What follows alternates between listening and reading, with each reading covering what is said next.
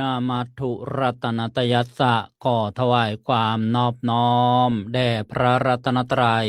กราบถวายความเคารพพระมหาเถระพระเถรานุเถระเจ้าคณะพระสังฆาธิการกราบขอโอกาสพระครูวิสิตจิตจาธรที่ปรึกษาเจ้าคณะตำบลอูทอง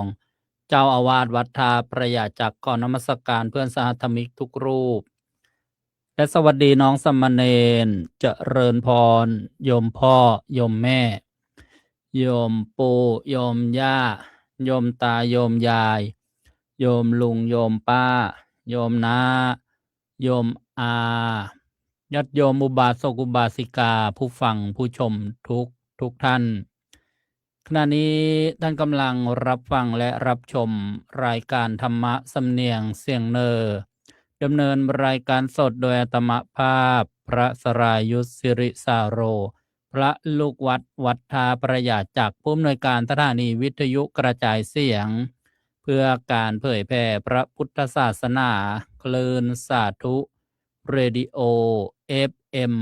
101 เมกะเฮิรตซ์ประเภทบริการสาธารณะออกอากาศจากวัดท่าประหยาจักรหรือว่าวัดช่องหล่มบ้านท่าพระหมู่ที่12ตำบลอูทองอำเภออูทองจังหวัดสุพรรณบุรีรหัสไปรษณีย์72160หมายเลขโทรศัพท์062599123และอาตมาภาพเป็นผู้อำนวยการสถานีวิทยุกระจายเสียงคลื่นธรรมจักรภูจวงวัดภูจวงอำเภอบ้านไร่จังหวัดอุทัยธานี FM 102 เมกะเฮิรตซ์คลื่นธรรมจักรด่านช้างออกอากาศจากวัดชนประชาเทพนิมิตรอำเภอด่านช้างจังหวัดสุพรรณบุรี FM 103.25 เมกะเฮิรตซ์คลื่นธรรมจักรเกาะแก้วออกอากาศจากวัดไผ่โรงวัวอำเภอสองพี่น้องจังหวัดสุพรรณบุรี FM 104.75 เมกะเฮิรตซ์คลื่นธรรมจักรดอนตาเพชรออกอากาศจากวัดพุทธบูชาดอนมะขามอำเภอพนมทวนจังหวัดกาญจนบุรี FM 91.75 เมกะเฮิรตซ์รายการธรรมะสำเนียงเสียงเนอดำเนินรายการเป็นประจำทุกวันตั้งแต่เวลา 14 นาฬิกาถึงเวลา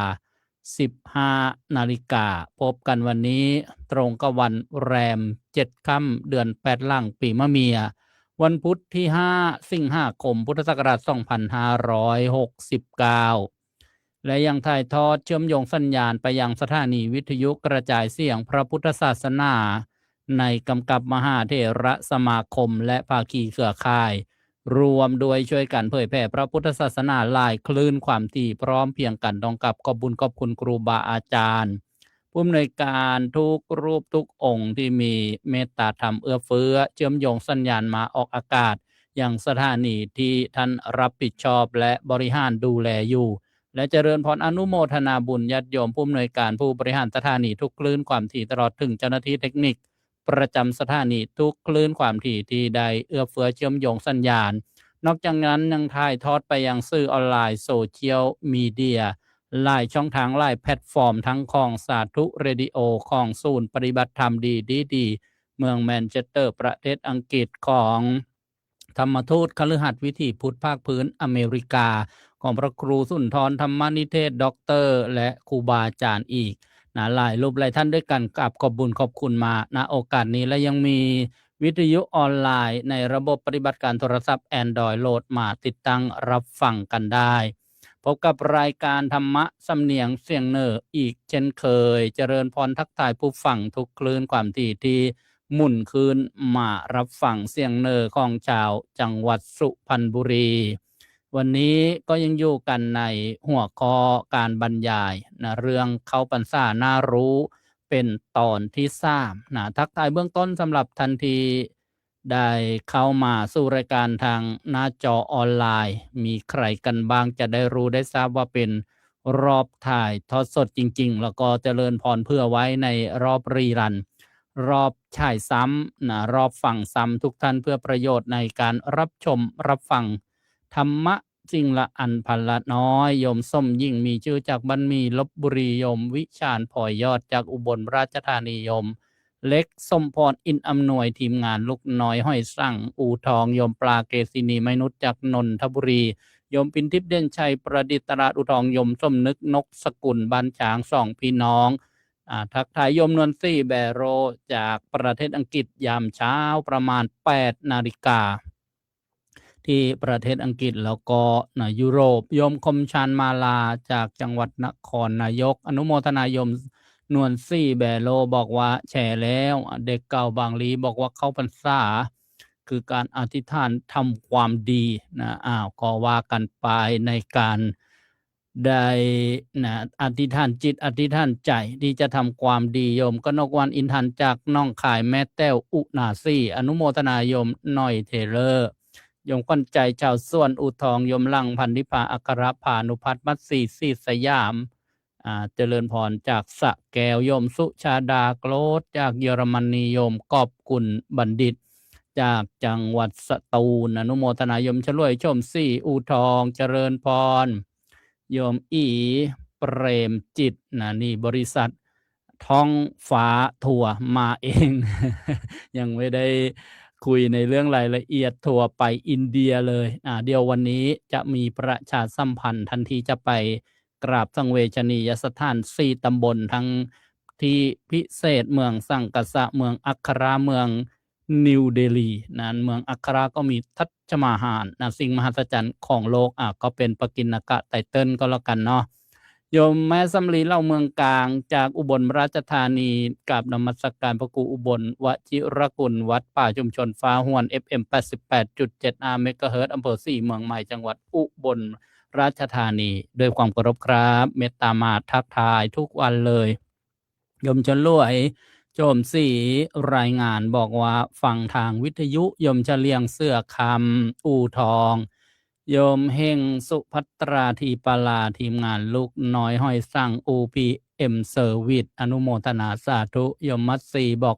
กดแชร์แล้วนะโยมวัฒนากันเจียก2 พี่น้องอนุโมทนาสาธุมาฟังเนื้อหาสาระธรรมเดี๋ยวช่วงท้ายครึ่งชั่วโมงล่างก็จะเปิดโอกาสให้โทรศัพท์เข้าร่วมรายการทำปัญหาธรรมะแจ้งผลการรับฟังประชาสัมพันธ์ข่าวสารงานบุญแล้วก็อนุโมทนาบุญกับท่านผู้ใจบุญใจกุศลทุกท่านที่ได้ร่วมบุญกับสถานีวิทยุหรือว่าร่วมบุญงานต่างๆก็มาฟังกันในเรื่องของเขาพรรษานารู้เมื่อวานทบทวนนิดนึงว่าได้บรรยายว่าวันเข้าพรรษามี2ก็คือเข้าพรรษาแรกกับเข้าพรรษาหลังวันนี้มาฟังกันต่อเมื่อพระพุทธเจ้าทรงบัญญัติบัญญัติก็คือแต่งตั้งหรือว่าทรงวางหลักให้ภิกษุประพฤติปฏิบัติว่าเมื่อถึงวันเข้าพรรษาแล้วเนี่ยภิกษุก็ต้องมีการอธิษฐานเข้าพรรษาแต่ทีนี้ในสมัยพุทธกาลนี่จะมีภิกษุอยู่กลุ่มหนึ่งซึ่งเป็นเรียกว่าเป็นพระปุถุชนไม่ใช่พระอริยบุคคลญาติโยมบอกพระนี่มีแบบปุถุชนด้วยหรือแปลว่าอะไรแล้วพระอริยบุคคลนี่แปลว่าอะไรบ้างญาติโยมปุถุชนนี่แปลว่าคนที่ยังหน้าไปด้วยกิเลสเหมือนเราท่านทั้งหลายหรือเปล่าญาติโยมเป็นปุถุชนคนที่ยังมีกิเลสหน้าเรียกว่ากิเลสหน้าปัญญาหยาบแล้วอริยชนล่ะอริยะนี่แปลว่าไกลจากข้าศึกคือกิเลสเครื่องเศร้าหมองอริยชนหรืออริยบุคคลอริยบุคคลเช่นพระอริยบุคคลถ้าเป็นพระก็เป็นพระอริยบุคคลเป็นพระโสดาบันเป็นพระสกทาคามีหรือว่าพระสกิทาคามีพระอนาคามีพระอรหันต์คือบุคคล4คู่8บุรุษที่เราได้สวดทำวัดเช้าทำวัดเย็นสรรเสริญพุทธคุณธรรมคุณสังฆคุณบทสวดมนต์แปลนับบุรุษได้4คู่นับเรียงตัวบุรุษได้8บุรุษเนี่ยญาติโยมนี่เรียกว่าพระอริยบุค คนนะเรียกว่าพระอริยบุคคลถ้าเป็นอริยชนล่ะก็เป็นฆราวาสก็เป็นพระโสดาบันได้นะแล้วก็ไม่ต้องออกบวชก็อยู่ครองเรือนได้รักษาศีล5นะละเรียกว่าสังโยชน์นะ3ข้อเช่นพระโสดาบันละอะไรได้บ้างล่ะสักกายทิฏฐิวิจิกิจฉาสีลพัตตปามาสนะสังโยชน์แปลว่าอะไรล่ะพระอาจารย์แปลว่าเครื่องร้อยลัดผูกสัตว์ไว้ไม่ให้หลุดพ้นไปจากวัฏฏะสงสารอะไรคือวัฏฏะสงสารล่ะก็คือการเวียนว่ายตายเกิดเกิดแล้วตายตายแล้วเกิดเกิดแล้วตายตายแล้วเกิดพูดคำว่าตายมากๆเดียวในโซเชียลก็ตรวจเจออีกนะระบบเขาฉลาดเขาก็เลยเลี่ยงคำญาติโยมบอกว่าตุยนะก็ว่ากันไปนี่ก็เป็นสมมุตินะสมมุติบัญญัตินะคำว่าสมมุติใช่ไหมแล้วก็มีคำว่าบัญญัติกลับมาถึงว่าในสมัยพุทธกาลนะมีภิกษุคือผู้ที่บวชคำว่าภิกษุเนี่ยก็มีความหมายหลายความหมายภิกษุนะแปลว่าผู้ขอนะขออะไรล่ะนะขอปัจจัย4จากญาติโยมนะบิณฑบาตอย่างเงี้ยญาติโยมแล้วก็นะได้ขอแบบพระนะไม่ใช่ขอแบบขอทานไม่ใช่ขอแบบวานิพกนะถ้าวานิพกนี้ต้องร้องเพลงแลกทานนะจากผู้ที่มีใจเมตตาเห็นไหมเราก็คงจะเคยเห็นตามชุมชนตามท้องตลาดนะก็จะมีวานิพกนะเล่นดนตรีนะแล้วก็มีคนมาบริจาคนี่เรียกว่าขอแบบนั้นก็เป็นอีกแบบหนึ่งแต่ว่าถ้าขอ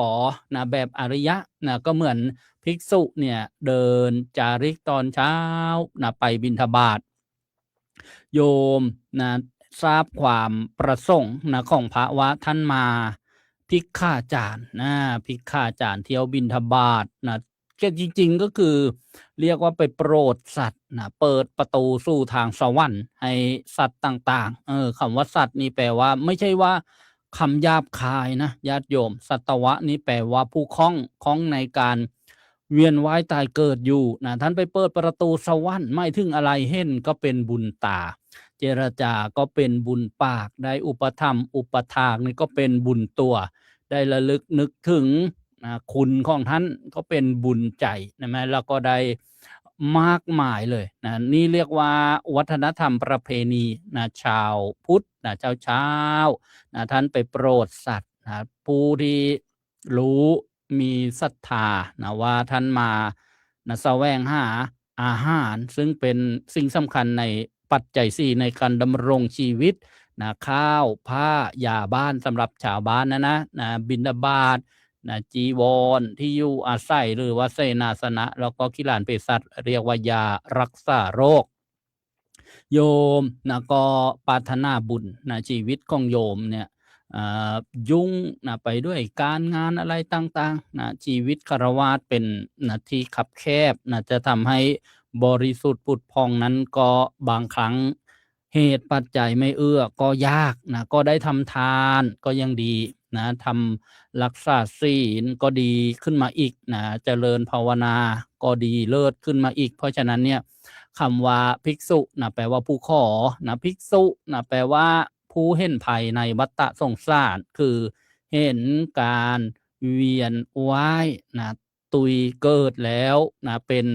ภัยที่น่ากลัวนะภัยในวัฏฏะสงสารเห็นไหมเราเห็นความแปรเปลี่ยนของดินฟ้าอากาศนะธรรมชาติต่างๆที่แปรเปลี่ยนไปนะเดี๋ยวมี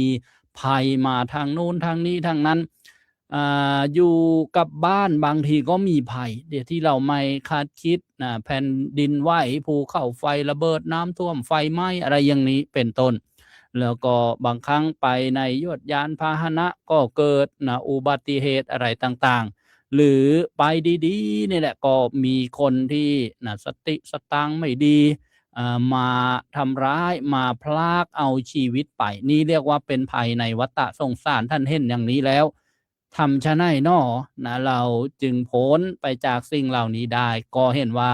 การออกบวชนี้แหละนะเป็นหนทางนะที่จะทำให้บริสุทธิ์ผุดพองในดวงจิตได้หรือทำให้ได้มากที่สุดท่านก็จึงออกบวชนี้เรียกว่าภิกษุแปลว่าผู้เห็นภัย ใน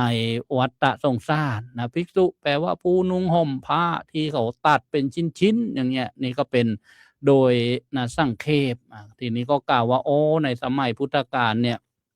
พระนี่ก็มีแบบพระอริยบุคคลยุคแรกๆมีเยอะมีมากต่อมานะมีการเผยแผ่พระพุทธศาสนาไปยังดินแดนต่างๆผู้ที่มีศรัทธานะก็เป็นปุถุชนคนที่ยังมีกิเลสยังไม่ได้ดวงตาเห็นธรรมฟังเทศฟังธรรมแต่ก็ไม่ได้ดวงตาเห็นธรรมหรือนะอาจจะมีความประสงค์อย่างอื่นเห็นว่าการบวชแล้วเนี่ยนะมัน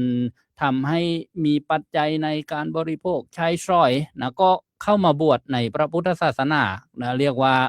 ไม่ได้มุ่งนะไปสู่ความพ้นทุกข์ไม่ได้เห็นทุกข์ในวัฏสงสารบวชรับบวชรองบวชครองประเพณีบวชหนีสงสารบวชผ่านเข้าสุขบวชสนุกตามเปื้อนบวชเปื้อนศาสนาบวชหาของเล่นโอ้ยคำว่าบวชมันมีหลายอย่างปวชะนะหรือว่าภาษาบาลีปวชะนี่แปลว่าบวชนะภาษาไทยแปลว่าละนะแปลว่าเว้นนะเนี่ยญาติโยมโอ้ก็อ้อมนะไปสักไกลเลยเอากลับมาว่า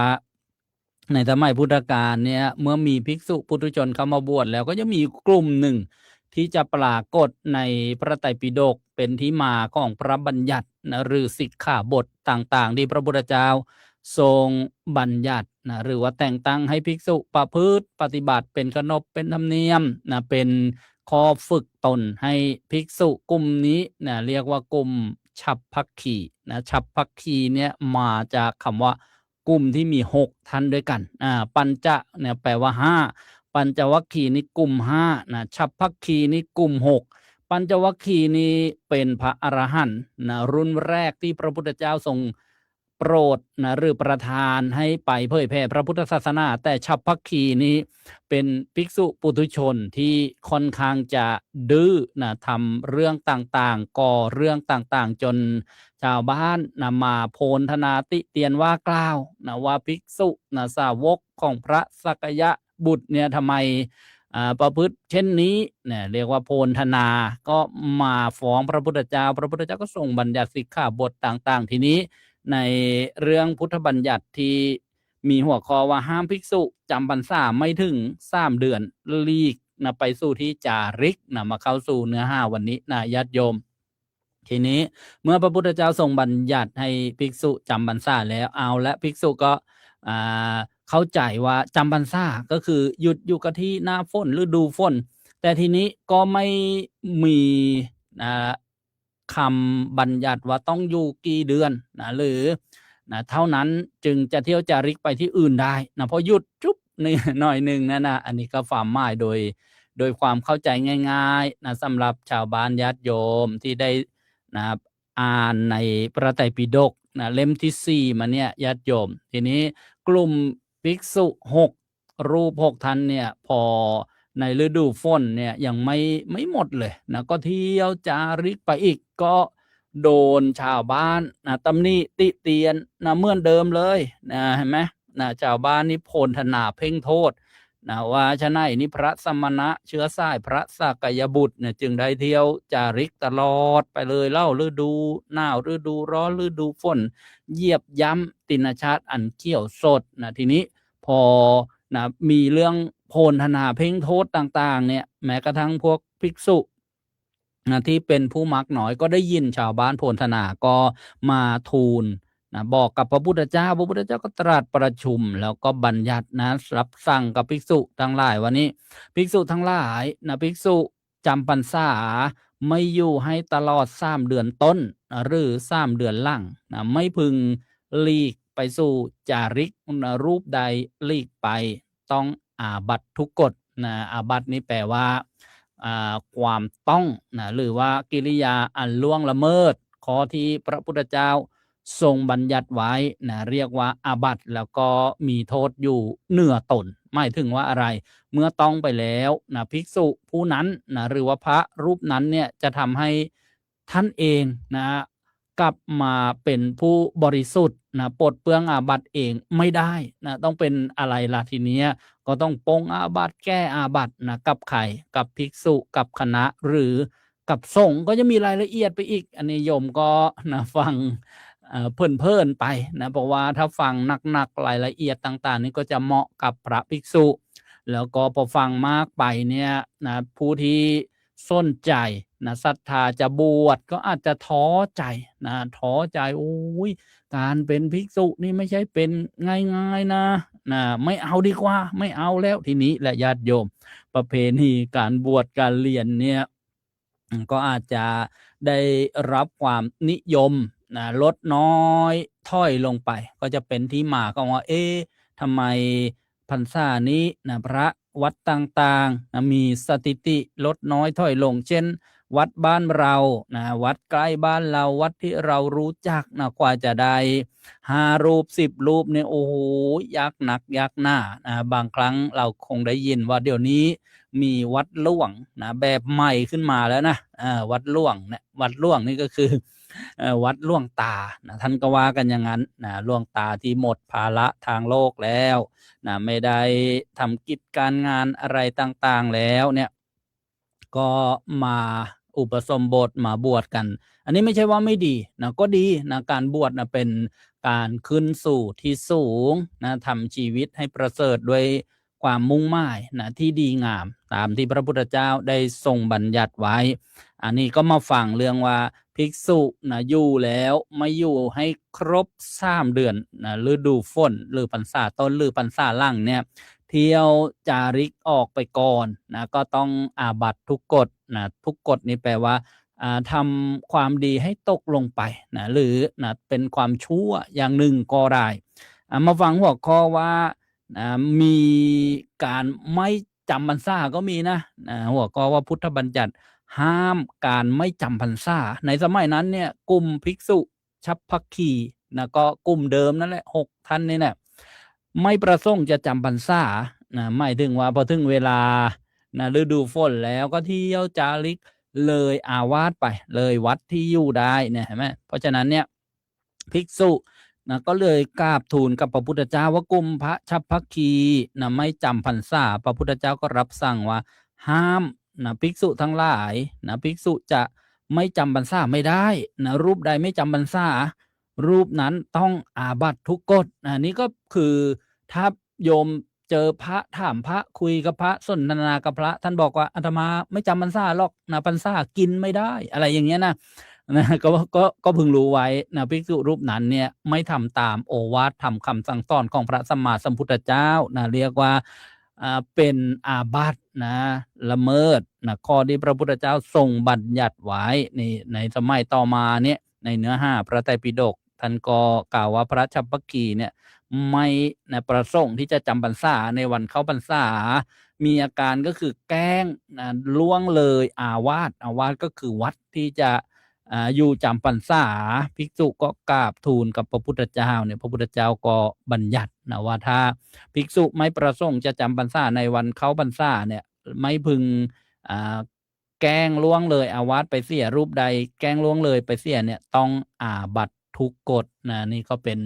เนื้อหาเกี่ยวกับนะการจำพรรษาเพราะว่าในสมัยพุทธกาลเนี่ยมีภิกษุนะที่เป็นปุถุชนนะกลุ่มฉัพพคีนะอยู่ไม่ถึง3 เดือนฤดูฝนนะก็เที่ยวจาริกไปนะไปเหนือไปใต้แล้วก็พอนะไม่อยากจะจำพรรษาอยู่3 เดือนแล้วก็ไม่เข้าพรรษาดีกว่านะเมื่อถึงวัดแล้วถึงเวลาถึงวันนะแรมค่ำ1 เดือน 8แล้วก็ล่วงเลยวัดนั้นไปนะหรือว่าอาวาสเนี่ยพระพุทธเจ้าก็ประชุมแล้วก็ทรงบัญญัตินะห้ามไม่จำพรรษานี่ก็เป็นนะเนื้อหาสาระก็ยังมีอีกหลายหัวข้อนะด้วยกันเช่นหัวข้อพุทธานุญาตให้เลื่อนการฝนตามพระเจ้าแผ่นดินหัวข้อเรื่องสัตตาหกรณียะนะการไปแล้วกลับภายใน7 วันด้วยเหตุต่างๆนะก็มีเนื้อหาน่ารู้นะญาติโยมก็อนุโมทนาทันทีติดตามนะรับชมรับฟังวันละเล็กวันละน้อยนะช่วงบ่ายบ่าย2 โมงนะบรรยายก็ต้องกระชึกกระชักให้มันกระชับหน่อยญาติโยมนะอย่างที่ได้เคยปรารภไว้เอาละทีนี้ก็มาถึงครึ่งชั่วโมงหลังอนุโมทนาทุกท่านที่ติดตามรับชมรับฟังเมื่อสักครู่ ได้เจริญพรอนุโมทนาทักทายรายชื่อรายนามทางหน้าจอมาถึงไขแล้วโยมจะรวยโชมสี่บอกว่าวันนี้ชัดเจนกว่าทุกวันนะไม่ทราบว่าทางวิทยุหรือทางไหนหรือวิทยุเปลี่ยนทานมาหรือเปล่าโยมเกศรเฉย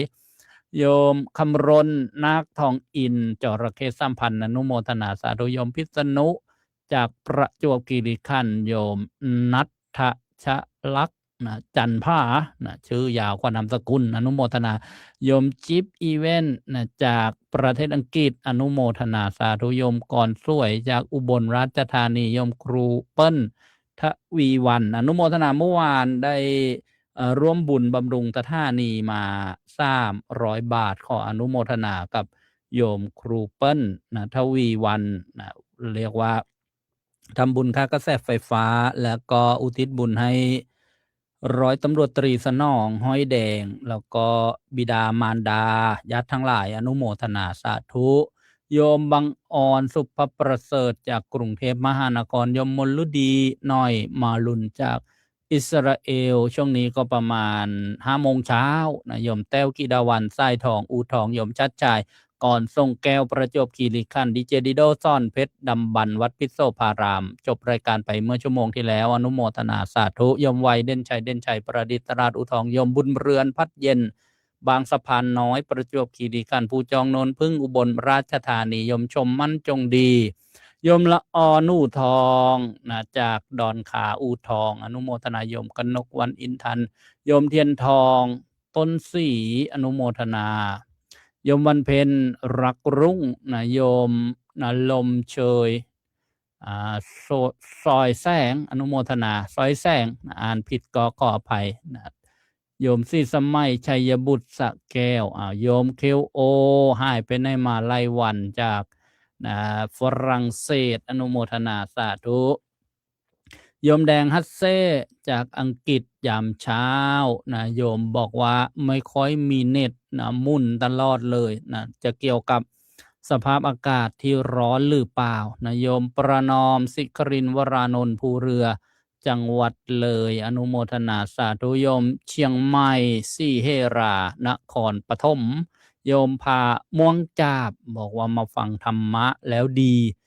โยมกันชิสาการอนุโมทนานมัสการพระอาจารย์สมุทรอินตาจากสุรินทร์ตอนนี้ท่านใดจะโทรศัพท์เข้าร่วมรายการก็โทรมาได้หมายเลขโทรศัพท์06259591123อนุโมทนาบุญคุณโยมพิชิตนะพานุมาตรวิวัฒน์ร้านพิชิตขาข้าวร้านปทุมมาตรขาข้าวตลาดอุทองถวายนะปัจจัยบำรุงสถานีวิทยุนะพระพุทธศาสนาเป็นธรรมทาน500 บาทอนุโมทนาสาธุตอนนี้มีท่านผู้ฟังโทรมาเจริญพรโอ้นมัสการครับพระอาจารย์โยมปีชาหายไปไหนนานเลยหลายปัจจัยครับไหนรถชนหมาโค่นมั่งอะไรมั่งเลยสุขภาพไม่ค่อยดีเมื่อวานก็ฟังอยู่ครับโยมมุ่นคลื่นเจอคลื่นธรรมจักรด่านช้างไหมอยู่ที่สิงห์บุรีด่านช้างโอ้ไม่ได้บุญนะครับต้องอยู่สิงห์บุรีเหรอครับคลื่นไม่ถึงโยมมาอยู่สิงห์บุรีแต่ว่าคลื่นใหม่ที่ออกอากาศธรรมจักรด่านช้าง FM 103.25 เมกะเฮิรตซ์โยมลองมุ่นฟังดูนะครับด่านช้างนะด่านช้างเพราะว่าใช่ประกาศว่าธรรมจักรด่านช้างเพราะว่าโยมที่อยู่บางระจันก็ฟังชัดเจนว่าอย่างนั้นอันนี้ก็ชัดแล้วครับนี่ชัดมากเลยครับอันนี้โยมฟังจากวัดสำชุกใช่ไหมล่ะครับโยมอยู่อำเภออะไรนะสิงห์บุรีอำเภอบางระจันครับอ๋ออำเภอเดียวกันไม่ไกลกันเท่าไหร่ไม่ไกลกันเท่าไหร่ก็มีอีกคลื่น103.25 เมกะเฮิรตซ์นะโยมลองมุ่นดูนะครับอยู่ด่านช้างนะอยู่ด่านช้างออกอากาศที่ด่านช้างเพราะว่าบางมีอย่างนี้ครับอาจารย์จะถามพระอาจารย์หน่อยเมื่อวันเสาร์ที่ผ่านมาผมขึ้นสวดมนต์สวดเป็นเพราะอะไรง่วงแบบประเภทที่เรียกว่าพยายามแล้วพยายามอีกฟื้นแล้วฟื้นอีกครับอาจารย์ง่วงจนสวดไม่ได้มาถึง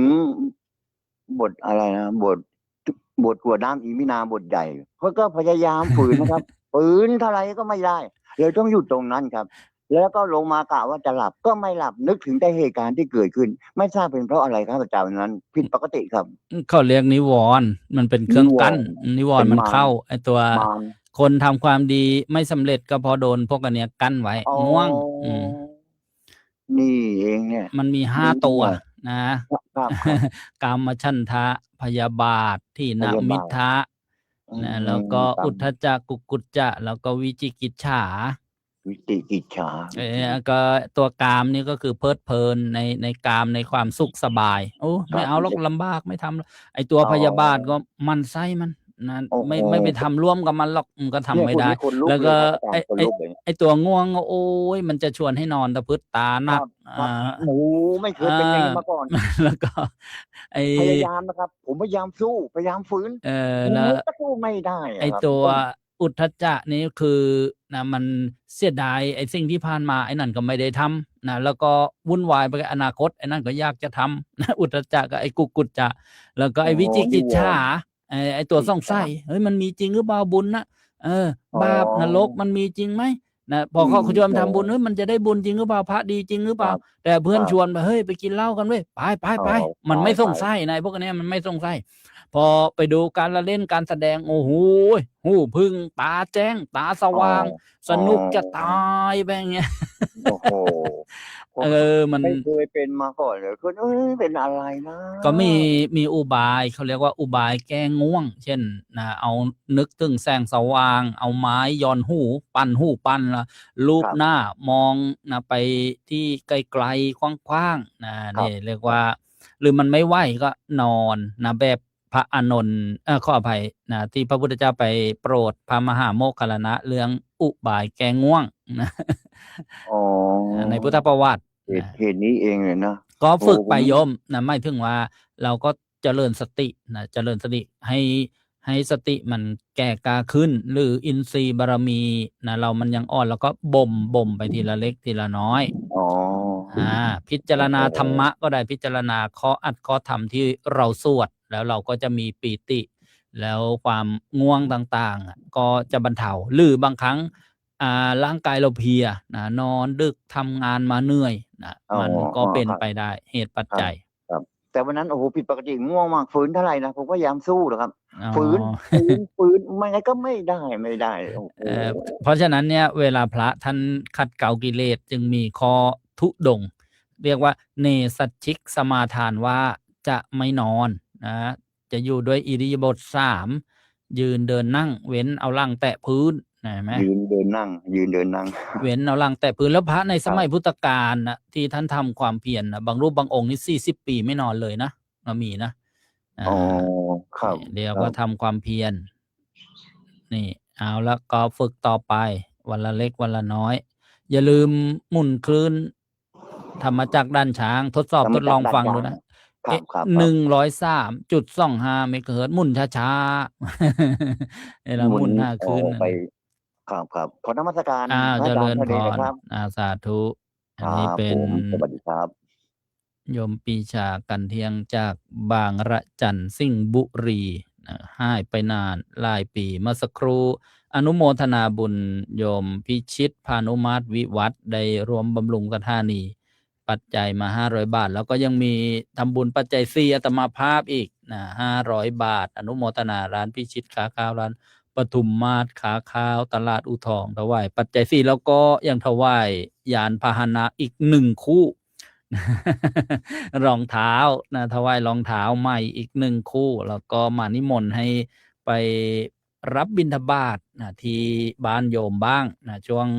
นี้ยังไม่ได้เดินไปสายตลาดนะสายคันคลองนะบอกว่าเดี๋ยวอีกสักพักหนึ่งคงได้ไป อนุโมทนาโยมยายบุญส่งพุ่มพันธุ์วงศ์ สาธุมารายงานตัวแล้วนมัสการพระอาจารย์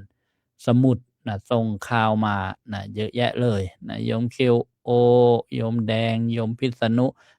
ท่านใดจะโทรศัพท์มา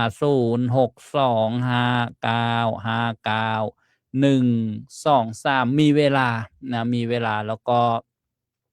แจ้งผลการรับฟังได้นะที่คลื่นใหม่ๆนะที่ออกอากาศนะฟังเป็นอย่างไร อยู่ตรงไหน โดยเฉพาะโยมที่อยู่ไกล นะจากสถานีวิทยุนะที่ออกอากาศก็อยากจะได้ยินเสียงว่าไปถึงไหน แล้วก็อย่าลืมทันทีโทรศัพท์ได้ แล้วก็มีกลุ่มผู้ฟังนะให้ทำคะแนนหมายถึงว่า โจทย์กำหนดไว้ว่าบ้านเหนือบ้านใต้มีใครฟังบ้าง จะได้รู้สมาชิกเจริญพร น้ำมอนนมัสการครับผม โยมบุญลืออยู่ที่ไหนเนาะ คือดอนมะเกลือครับผมกับเกลือหัวทองนี่ครับผม อยู่หน้าพัดลมหรือเปล่าเสียงสุดสัดสุดสัด ติดแล้วครับผม พัด ร้อนอากาศร้อนครับผม อ๋อเป็นยังไงบ้าง เมื่อคืนฝนตกหน่อยหนึ่งค่อนช่วงหนึ่งครับผมมันร้อนจริงๆนะครับอาจารย์ อ๋อลมไม่เดินเลยเหรอ ลมไม่เดินนะครับร้อนจริงเลยฝนเมื่อคืนฝนตกมาร้อนจริง อนุโมท อาจาร นา ย์แล้วคนนำเกลือฟัง99.99%เขาไม่ยอมโทรครับผม ดีแล้วโยมเป็นตัวแทน ผมไปไหนก็เจอเขาไม่ยอมโทร คนเป็นตัวแทนครับผม ไม่ได้ว่าอะไรเราบางโยมเขาโทรไม่เป็น แล้วก็พูดไม่เป็น หมายถึงว่า คืนนี้ พูดกับพระยังไงพอพูดบางคนก็เจริญพรพระอาจารย์ เดี๋ยวเดี๋ยวต้องบนมัสการพระอาจารย์ครับผม ก็ฝึกไว้ แค่นี้ครับผม โมทนานะ นมัสการ สา ครับ ธุ ผม เจริญพร นมัสการครับ ฟังกันเยอะฟังกันดีนะก็เป็นโอกาสดีตอนนี้มีเครื่องรับมาแนะนำญาติโยมท่านใดอยากจะรู้อยากจะทราบว่ามันดียังไงล่ะนะจบรายการแล้วก็โทรมาได้โยมเจริญพรโยมแม่ชีนิด มัสการค่ะอาจารย์ ยังอยู่ใช่ไหมวันนี้ ยังอยู่แม่ อาจารย์ สาธุ ลูกสาวเขาอยากได้วิทยุ เขาอยู่แถวไหนล่ะโยม ก็ลูกสาวคนที่พาฉันไปหาอาจารย์เนี่ย อ๋อ แต่แก้วพอนั่นแล้วจะให้เด็กที่มันมาในวัดนี่โอนเงินไปช่วยทำบุญ อ๋อ เดี๋ยวส่งไปให้เดี๋ยวส่งไปให้ จ้า จัด อาจารย์ ไป ก็สบายดีเหรอ มันก็สบายดี พอยังอัตภาพ พอโทรไปก็ว่ายังอยู่ ยังอยู่ใช่ไหม ยังอยู่ ยังให้ใจอยู่ ยังหายใจยังไม่ไป อาจารย์ กินได้ให้ใจเข้าไว้นะ จ้า อนุโมทนานะ โยมทั้งสองอ่ะ ยังอยู่โยมพ่อโยมแม่ก็ยังอยู่ มีนัดกับหมอเป็นประจำเลยพัดกันไปพัดกันมานะวันนี้โยมแม่ก็ไปโรงพยาบาลหมอนัดนะ จ้าก็อย่างนั้นแหละอาจารย์แก่แล้วมันไม่มีดีหรอก ก็เป็นธรรมดาสังขารร่างกาย ว่าสังขารเขาจะเอาเราไปเมื่อไหร่ก็ไม่รู้ ใช่ อืม อยู่กันไปอยู่ก็สร้างบุญสร้างกุศลเป็น จ้า การเกิดมาเป็นมนุษย์หรือเป็นคนนี้ถือว่ามาด้วยบุญกุศลนะดังที่บอกไว้อย่าไปคิดว่าเกิดมาใช้เวรใช้กรรมต้องภูมิใจว่า โอ้มันยากนะกว่าจะได้เกิดมาเป็นมนุษย์ แล้วก็การได้มีชีวิตอยู่เนี่ย มันก็ยากนะแล้วก็การได้ฟังธรรมะของพระพุทธเจ้านี่ก็ยาก เพราะพระพุทธเจ้าจะอุบัติบังเกิดนี่ยาก เพราะฉะนั้นให้เห็นความสำคัญตรงนี้นะเราก็จะได้ไม่ประมาทกันแล้วก็ไม่ลำเลิกนะลำเลิกอะไรนะลำเลิกบุญคุณเวรกรรมอะไรต่างๆนะ จ้า อนุโม ก็ ทนา อา สา จา ธุ รย์ฉันลูกชายฉัน5 คนก็ได้บวช4 คน อ๋อ อีกคนนึงเขารีบมีเมียก็เลยไม่ได้บวช อ๋อ บวชทั้งพระทั้งเนรนะบวชเนรออกโรงเรียนปุ๊บบวชเนร อ๋อ พอถึงคราวบวชพระก็บวชพระ4 คนแหละได้บวชทั้งเนรทั้งพระ สาธุทีนี้ต้องช่วยกันบอกสอนลูกหลานนะญาติโยมที่ฟังทุกคนนะช่วยกันบอกว่ายังไง บอกถ้าบวชนะบวชให้ได้พรรษานะ แล้วจะได้มีเวลาศึกษาแล้วเรียนในเรื่องอะไร เรื่องคำสอนพระพุทธเจ้าเรื่องศีลเรื่องธรรม ถ้าบวชระยะสั้นๆบางทีนะยังไม่ได้ฝึกอะไรแล้วก็ออกมาศรัทธาก็อาจจะไม่มากเท่าที่ควรนะแล้วก็ไม่ได้เอาธรรมะมาใช้ในการดำเนินชีวิตบางทีไปเจอความทุกข์ความเดือดร้อนมันแก้ปัญหาไม่ได้นะมันก็ทำให้เป็นที่มาแห่งความทุกข์ต่างๆหรือไปเจอสิ่งไม่ดีมันก็เอาตัวเอาใจให้ข้ามไปจากสิ่งเหล่านั้นไม่ได้นะเพราะปัจจุบันเนี่ยมันมีเยอะนะบางคนก็เสียไปด้วยยาเสพติดบ้างนะตีพ่อตีแม่ฆ่าพ่อฆ่าแม่เผาบ้านพ่อเผาบ้านแม่นะมันก็มีนะให้เห็นเป็นข่าวอยู่เป็นประจำนะเพราะฉะนั้นก็ช่วยกันโยมบอกกล่าวสอนถ้าบวชก็บวชให้ได้นานๆนะบวช3 เดือนอย่างน้อยนะโมทนาผมท่านก็บวชพรรษาหนึ่งทุกคนเลยอาจารย์ดีแล้วอนุโมทนาสาธุก็น้องไอ้หมวยไอ้คนที่พาฉันไปหาอาจารย์น่ะนั่นเขาไม่ฝึกนะเขายังอยู่เลยดีแล้วโมทนาแต่เขาไปอยู่วัดถ้ำอนุโมทนานะเดี๋ยวให้ท่านอื่นโทรมาบ้างนะสาธุเจริญพรวันนี้ประชาสัมพันธ์รายการเสียงธรรมจากสมัชชาทรงไทยในสหรัฐอเมริกาเวลาที่ประเทศไทย 20 นาฬิกาถึง 21 นาฬิกา 30 นาทีหรือว่า 2 ทุ่มถึง 2 ทุ่มครึ่งค่ำคืนวันนี้หัวข้อสนทนาธรรมปรับก่อนป่วยดูแลกายและใจสไตล์ธรรมะเจริญพรโยมประจวบครับอาจารย์หลวงพ่อความชัดดีวันนี้โมทนาถ้าไม่ออกอากาศก็โทรมาบอกได้นะมีช่วงตี 5นะจะมีแซงอยู่ตี 5จะฟังไม่ชัดใช่ไหมจะมีแซงแล้วก็ช่วยกลางคืนชัดดีช่วยกันแนะนำนะญาติเพื่อนบ้านให้หาเครื่องมารับฟังกันนะหนูอยู่กลางทุ่งมีเพื่อนบ้านอยู่ 2-3 หลังเองนั่นแหละก็บอกได้บอกหาวิทยุมารับฟังกันโยมประจวบจากตำบลอะไรนะอยู่อำเภอบางเลนนะตำบลอะไรตำบลนิลเพชรจ้ะตำบลนิลเพชรใช่ห่างจากวัดไผ่10 กว่ากิโลนั่นถือว่าไกลมากหนูไปวัดไผ่มาเมื่อวันซืนหนูไปมองเสาว่าเสาหลวงพ่ออยู่ตรงไหนเห็นปะล่ะเห็นมีอยู่2 เสาคู่เสาอยู่ข้างประตูที่มีป้อมตำรวจนะอยู่หลังพระพุทธโคดมองค์ใหญ่นั่นนะหนูออกประตูทางแต่ตะวันตกหนูมองไปเห็นมี2 เสาเล็กกับเสาใหญ่เสาวิทยุเนี่ยอยู่หลังพระศรีอริยเมตไตรหรือหลังพระพุทธองค์ใหญ่นั่นแหละไปผ่านไปก็อย่าลืมยกมือไหว้นะไหว้ในใจแล้วยกมือไหว้ธรรมะไงธรรมะเจดีย์ก็บอกแล้วโมทนานะสาธุเจริญพรก็ญาติโยมจะแจ้งผลการรับฟังนะที่ต่างๆนะที่ออกอากาศก็โทรมาได้นะหรือจบรายการ0625959123คืนนี้ก็รายการเสียงธรรมจากสมัชชาทรงไทยในสหรัฐอเมริกานะญาติโยมเจริญพร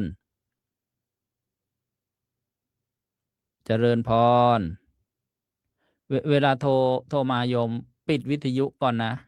ท่านที่โทรมาได้ยินเสียงหรือเปล่า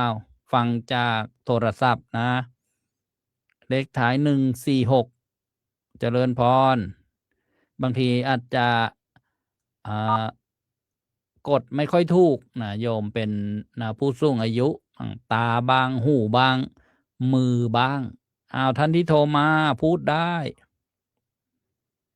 โทรมาจากที่ไหนโยมโอ้โหเสียงเบามากพูดใกล้ๆไมค์หน่อยตำบลอะไรเนาะ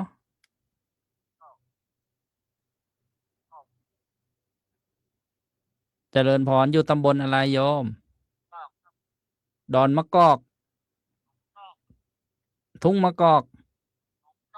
หนองจอก เสียงเบามากเลย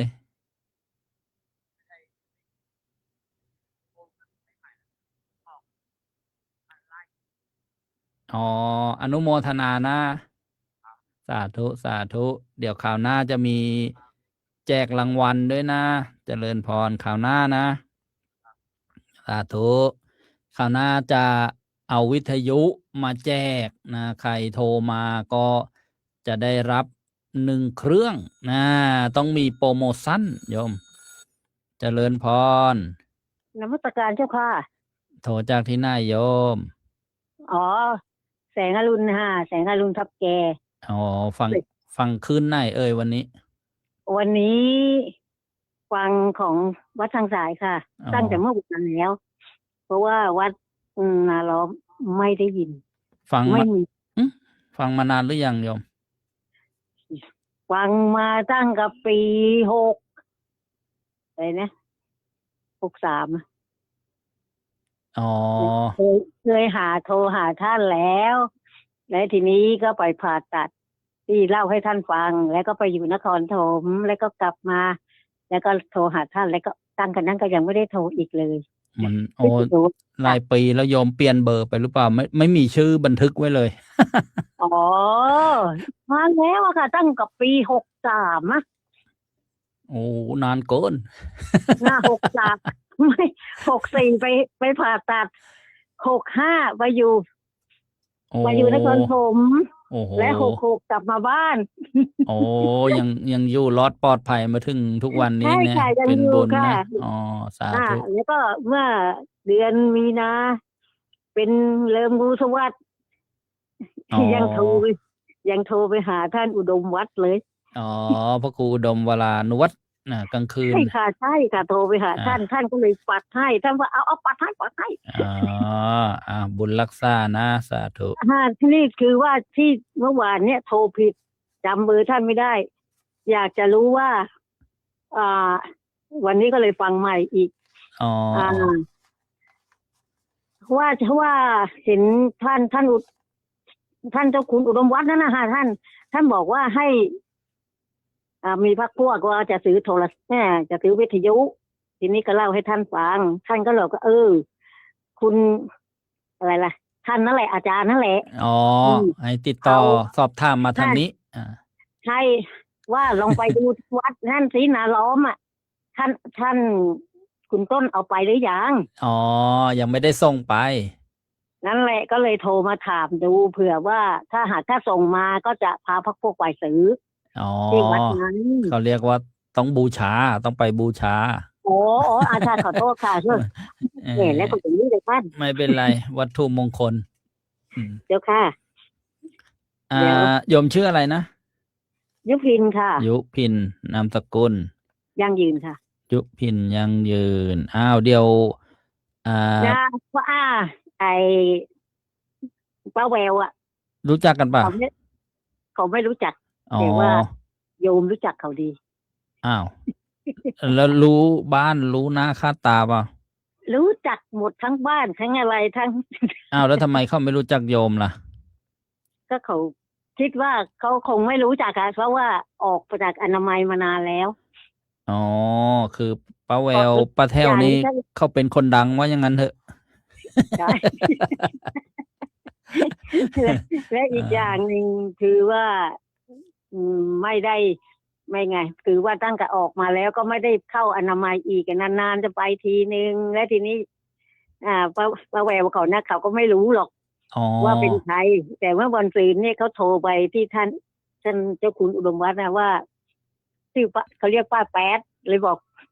ยังไงเรียกไงก็เรียกไปเถอะ อ๋อ โยมใช่ป่ะที่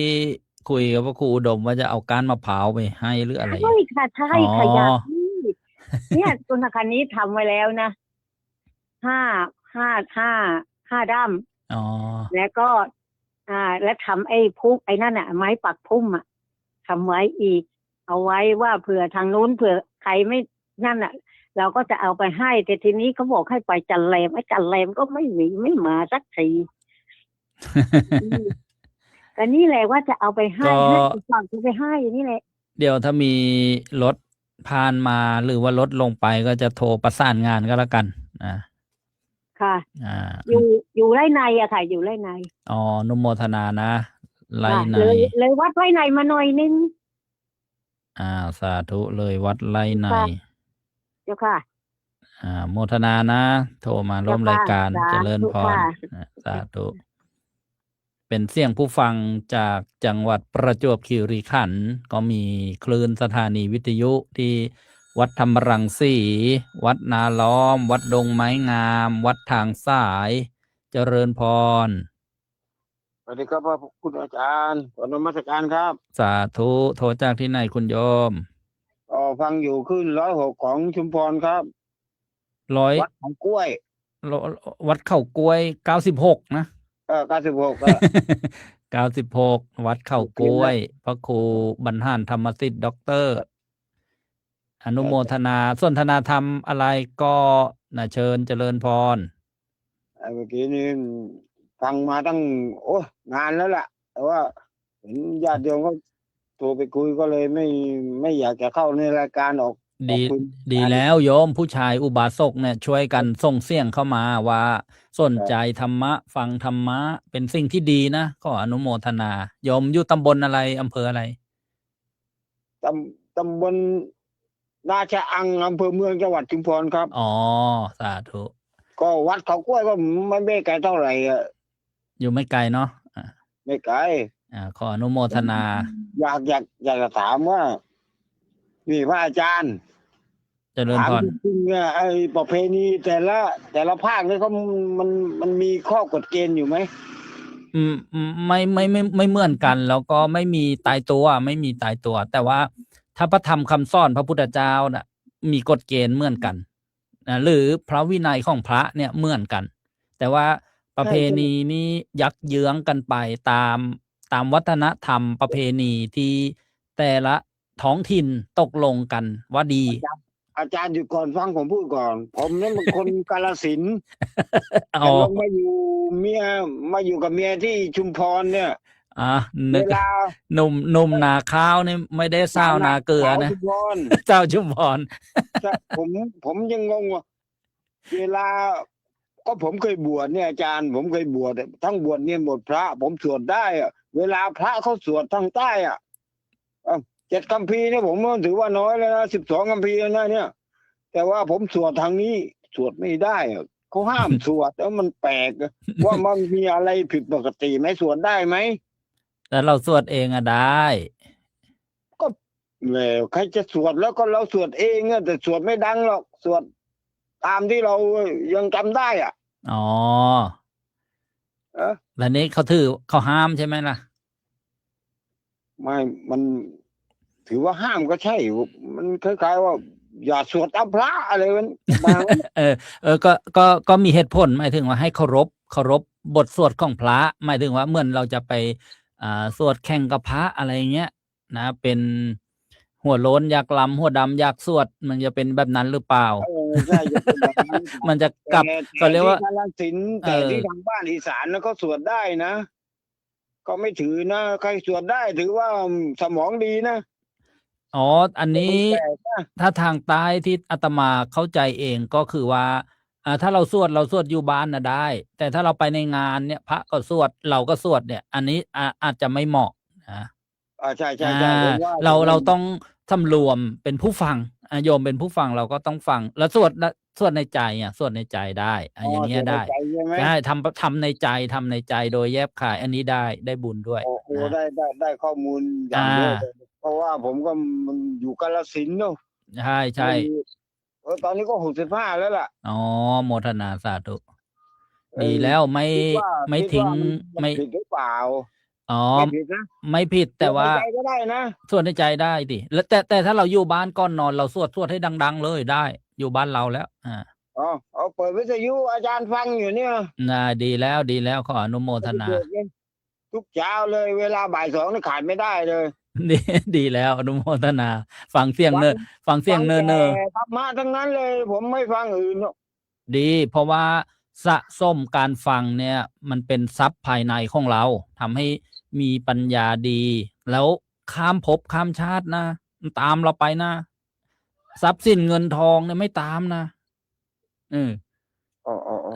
อันเนี้ยดี ขออนุโมทนานะโยม ท่านที่แนะนำอ่ะผมก็ฟังมามัน10 กว่าปีแล้วเนี่ย ขออนุโมทนา เมื่อก่อนเนี่ยผมฟังอยู่สถานีวัดทุ่งสำเภาทองแต่ว่าไม่รู้ยังไงสถานีล่ม เอาวะ ผมฟังวัดเขากล้วย ตอนนี้วัดถ้ำสำเภาทองยังออกอากาศอยู่หรือเปล่าเนี่ย ไม่ได้ออกอาจารย์ไม่ออก หยุดมานานหรือยัง ประมาณสัก4-5 เดือนได้แล้วล่ะ อ๋อ ไม่รู้ว่าพระครูท่านเป็นยังไงบ้างไม่รู้ ท่านอาพาธท่านอายุมากแล้วนะ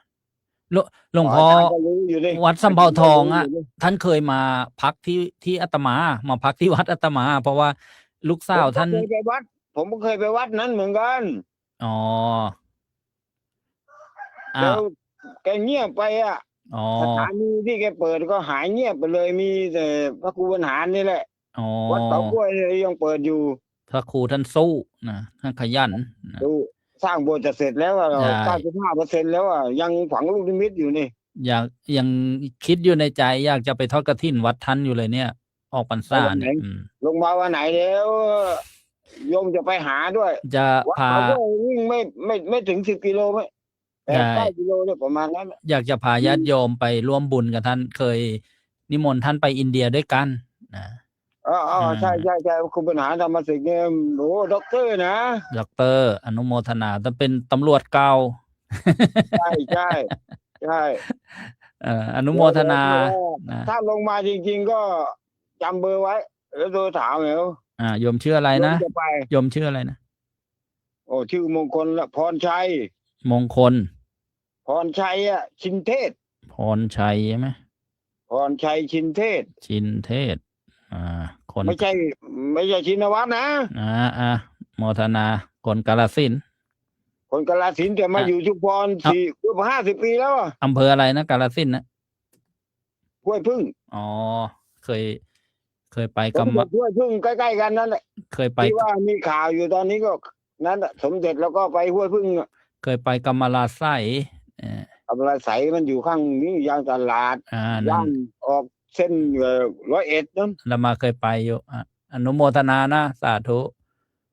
ไม่มีว่างจะคุยกันต่อเหรอ เวลาจะหมดแล้ว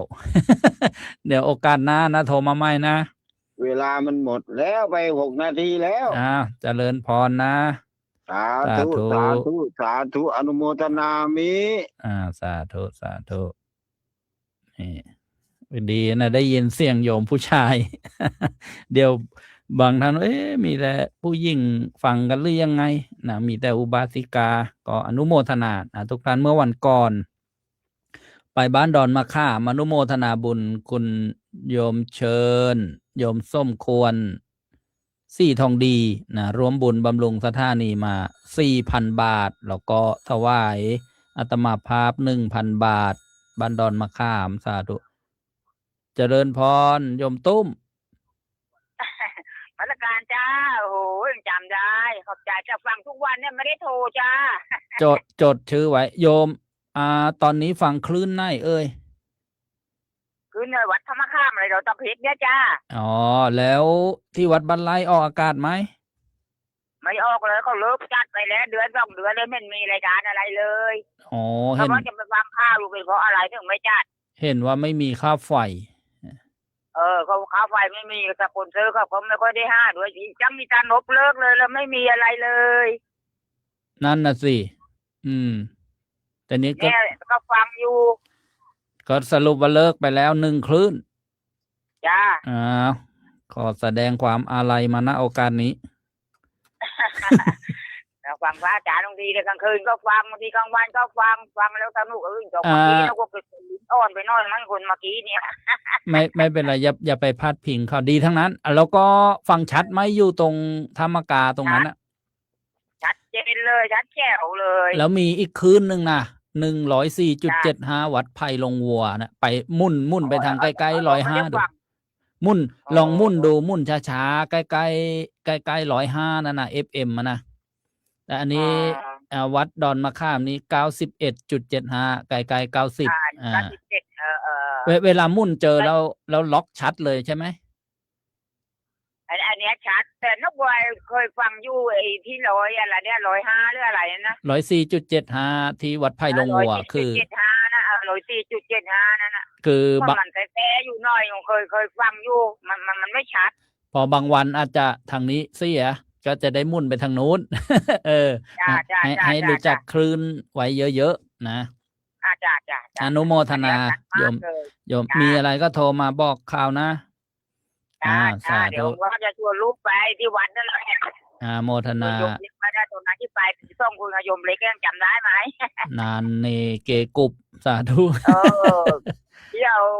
ปัจจัยไปช่วยเขาไป500ตอนนั้นไปยันวัดแล้วก็เอาข้าวไปถวายพระอาจารย์ด้วยไง อนุโมทนานะโยมตุ้มธรรมกาทุกท่านเลยประ สา เทศ ธุ ลุงลังจ้ะ ช่วยกันแนะนำคืนคนที่ยังไม่รู้ด้วยนะว่ามีคืนธรรมะออกอากาศตรงนี้นะสาธุเป็นหัวคะแนนให้ด้วยสาธุ อาตมาบอกว่าไป5 เสี่ยงประจำแหละลงพื้นที่5 เสี่ยงสวดมนต์5 เสี่ยงธรรมะหมุนคืนให้โยมฟังนะวันก่อนไปที่โยมโปยช้างนิ่มบ้านซ้ำนาคนะวันติดเตียงก็เอาวิทยุไปให้เจริญพร นมัสการอาจารย์ต้นไม่ได้โทรนานยักหนองยักต้องทางซ้ายเนี่ยจ้ะ จำได้อยู่ นั่นแน่ สาธุ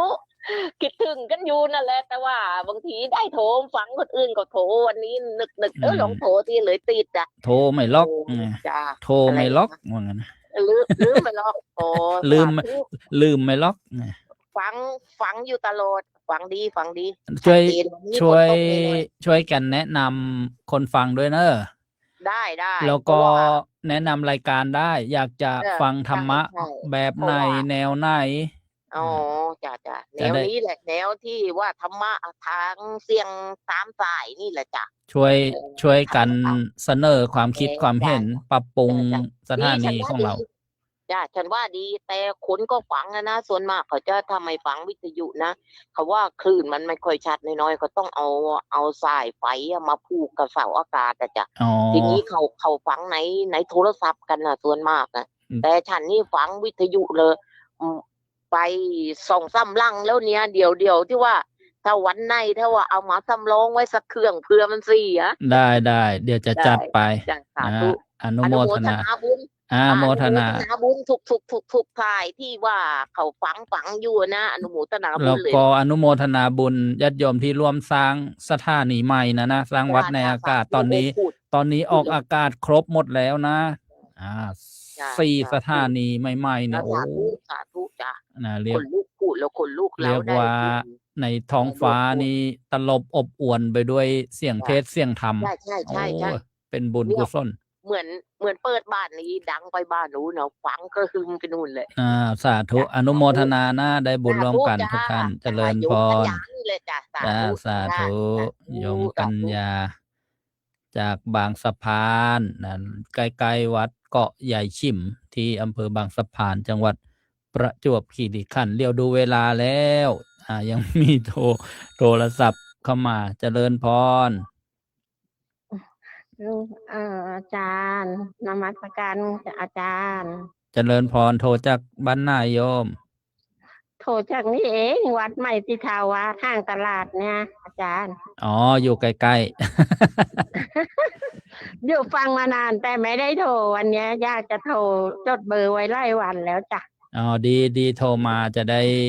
ทราบได้รู้มีอะไรก็สอบถาม จะได้คุยกัน จ้ารู้จักไหมล่ะวัดใหม่ที่ถาวาข้างตลาดเนี่ย รู้ ตำบลยุงทลายเนี่ย โลนโมท อำเภ นา อทอง อยู่ใกล้ๆกันเนี่ย อยู่ใกล้ๆแต่ไม่ได้โทรจ้ะ ชวนกันฟังนะ แล้วก็ จ้าฟังมานานแล้ว ชื่ออะไร ฟังมานาน โยมชื่ออะไรนะ ชื่อโยมป้าแต้วจ้ะ แต้วเหมือนกันอีกโยมป้าแต้วนะป้าแต้วห้างตลาด นามสกุลพุทธดี อ๋อป้าแต้วพุทธดี จ้าหมู่ อ๋อ 5ตำบลยุงทลายอำเภออู่ทองจ้า โมทนาบุญมี จ้า ถามปัญหาธรรมะอะไรก็ได้นะ จ้าอาจารย์อยากจะถามว่า เคยไปวัดตลอดเลยเนี่ยตอนเนี้ยโยมป้าแต้วไปไม่ค่อยไหวใส่บาตรหน้าบ้านทุกวันเนี่ยจะได้บุญไหมตรวจน้ำตรวจอะไรให้ปู่ย่าตายายให้หมดแหละได้ไหมจะได้รับไหม ทำบุญก็ได้บุญสินะทำทานได้บุญ คือเนี่ยบุญ จ้ะ บุญเกิดจากการถวายทานก็คือการใส่ จ้ะ บาตรบุญเกิด ใส่บาตรหน้าบ้านทุกวัน ใช่ เลย แล้ว จ้ะ เราก็ตรวจน้ำได้ อุทิศ จ้ะ อุทิศบุญได้ แต่ว่าถามว่าจะได้รับหรือไม่ได้รับนั้น แล้วแต่ผู้ที่ละโลกนี้ไปแล้ว จะอยู่ในฐานะไหน แต่ว่าญาติของเราอะที่ไปรอ จ้ะ ส่วนบุญเนี่ยมันเยอะมาก จ้ะ นะ เช่นอะไร เช่นคำว่า ญาติเราที่เป็นเปรตแล้วมารออะเพราะว่าเขาเหล่านั้นน่ะจำกัดไปด้วยภพภูมิที่จะต้องรอส่วนบุญที่ญาติ จ้ะ อุทิศมาให้ จ้ะ เราเนี่ยมีโอกาสดีที่ได้เกิดมาเป็นมนุษย์ได้ทำบุญ จ้ะ มีพระมารับทานทำให้ ก็ ได้ช่วยญาติเราให้พ้นทุกข์เมื่อเขาพ้นทุกข์แล้ว เช่นเขาไปเกิดเป็นเทวดา เขาก็มาดูแลรักษาเรามาช่วยเหลือกิจการงานของเรา ที่หนักเป็นเบา จ้ะ ทุเราเป็นหาย ดูแล จ้ะ ฟืนไฟเหตุไม่ดีต่าง ๆ เนี่ยเห็นไหมเขาเรียกว่า จ้ะ เทวดารักษา จ้ะก็เรียกหมดแหละเรียกหมดปู่ย่าตายายเรียกหมดพี่น้องเมื่อก็วัดทางซ้ายที่ประจวบเมื่อก่อนก็ไปกับพวกสจปริญญาไปทอดกระถินทอดผ้าป่ากันไล่ครั้งแล้วจ้ะเดี๋ยวนี้ไปไม่ไหวไปไม่ได้เลย เราก็นึกถึงบุญที่ทำมาแล้วนะเราก็ จ้ะ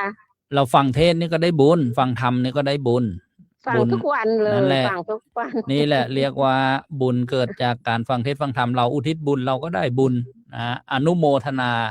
ส่วนบุญคนอื่น เราก็ได้บุญรักษาศีลก็ได้บุญ โอ้ยบุญนี่มันทำได้หลายอย่างนะ จ้าจ้าจ้าไม่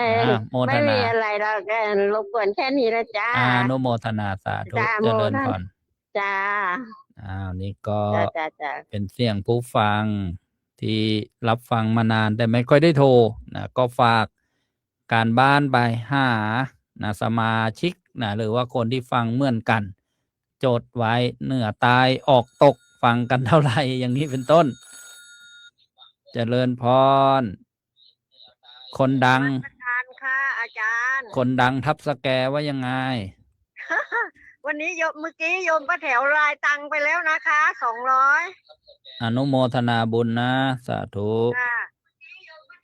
อ้า โอ้ วมาในวิทยุดังลั่นเลย เมื่อกี้อาจารย์นี่อาจารย์ออกรายการสดใช่ไหมเนี่ย ออกสดๆยังไม่ได้จบรายการเจริญพร โอ้โยมป้าแถวเพิ่งจะเลิกทำงานมาแล้วก็เลยไปรายตังค์ อ๋อขออนุ แล้วก็เมื่อกี้โยมแป๊ดเขาโทรมาหาอาจารย์ใช่ไหม โยมที่ชื่อยุพินโยมแป๊ดนั่นแหละอยู่แสงอรุณอยู่เลยวัด โอ้ ไร่ในไปหน่อยหนึ่งนั่นแหละ เขาบอกว่า โอ้ เขานะรู้จักโยมป้าแถวแต่ป้าแถวนะไม่รู้จักเขา รู้ค่ะโยมป้าแถวรู้จักเขาตั้งนานแล้วทีนี้ไม่รู้จักชื่อเขารู้จักในนามป้าแป๊ดแต่ไม่รู้ชื่อไม่รู้ นั่นแหละ คนเดียวกันรู้จักกันไว้ โอ้เดี๋ยววันไหนโยมป้าแถวจะแวะไปหาเขาหน่อยเพราะเขาอยู่หมู่หนึ่ง โยมป้าแถวอยู่หมู่5 อ๋อ แต่ก่อน สาธุ ก็ทำงานที่อนามัยก็กระเซาเย้าแย่กันอยู่ ใช่เขาบอกอยู่อนามัย นั่นแหละโอ้ยดีใจจังเลย ดีแล้วเป็นกัลยาณมิตรกันรู้จักกันเป็นญาติธรรมกัน โอ้นี่โยมป้าแถวคิดว่าอาจารย์เนี่ยเอารายการเก่ามาเปิดโยมป้าแถวก็อุตส่าห์โทรสงสัยรายการเก่าเนี่ยเลยก็เลยนอนฟัง นี่ เป โยมนวลซี่ก็ทักทายมาจากอังกฤษบอกว่าคนดังแห่งทับสแกมาแล้วป้าแถวอนุโมทนา โอ้ยสวัสดีทุกคนเลยนะ โยม โยมเคียวโอโยมแดง โยมคำโยม อย่าโยมคำด้วย ปาเกษินี โยมปา เอาหลายท่านด้วยกัน ค่ะกราบ อนุโมทนา มัสการทุกคนค่ะ อนุโมทนานะ สาธุ ค่ะให้ร่างกายแข็งแรงกันทุกคนเลยนะจ๊ะสวัสดีค่ะ เจริญพ เกรง ร ใจอาจารย์ต้นเขาใช้เวลาท่านมากก็ไม่ค่อยจะดี ไม่เป็นไรนะสนานทีเจริญพรสาธุ ค่ะ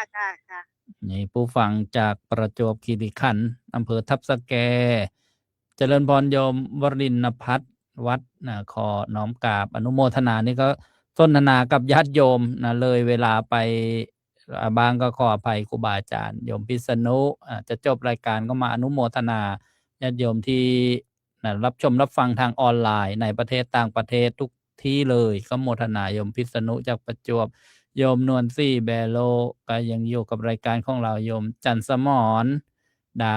ผ้าจากอุบลราชธานีโยมทองล่อวงราชจากภูเรือจังหวัดเลยโยมคำมุลเลอร์จากเยอรมนีอนุโมทนาโยมปลาเกษินีโยมมลฤดีโยมน้อยมาลุนจากอิสราเอลโยมพรทิพย์สอนสุภาพอนุโมทนาโยมวินิตคำเหมือนหนองบัวลำพูฝนตกทั้งวันเลยนะสาธุโยมเชียงใหม่นะบอกว่ามีบอกทักทายโยมก็ค่ำกันเวลาบางท่านโทรมาในรายการโยมสำราญข้านหินตั้งนะยังไม่ได้ส่งวิทยุไปเลยทางน้องยาใส่นะอนุโมทนาเลี้ยงแม่อยู่นะบอกว่าวิทยุมันพังโยมรุ่งนภาแต่งงามตลาดเขตโยมหนิงนะน้องปันโยมไก่บุญยวีดอนเจดีโยมไวเด่นชัยประดิษฐ์โยมพิกุลสี่ดงยางเจริญพรโยมโทรจากที่ไหนเนาะโยมโทรมาจากบ้านเล็กที่หมู่8ตำบลทะเลบกอำเภอเดินเจดีจังหวัดสุพรรณบุรีโยมชื่อมณีนามสกุลวงสุวรรณฝากโทรห้าไม่ติดไม่ได้โทรได้แล้วเนี่ยนะฟังจากด้านช้างนะเสียงคลื่นเนี่ยโยมเขาค่อยจะรู้เรื่องแล้วโยมอายุเยอะแล้วอยากจะถามได้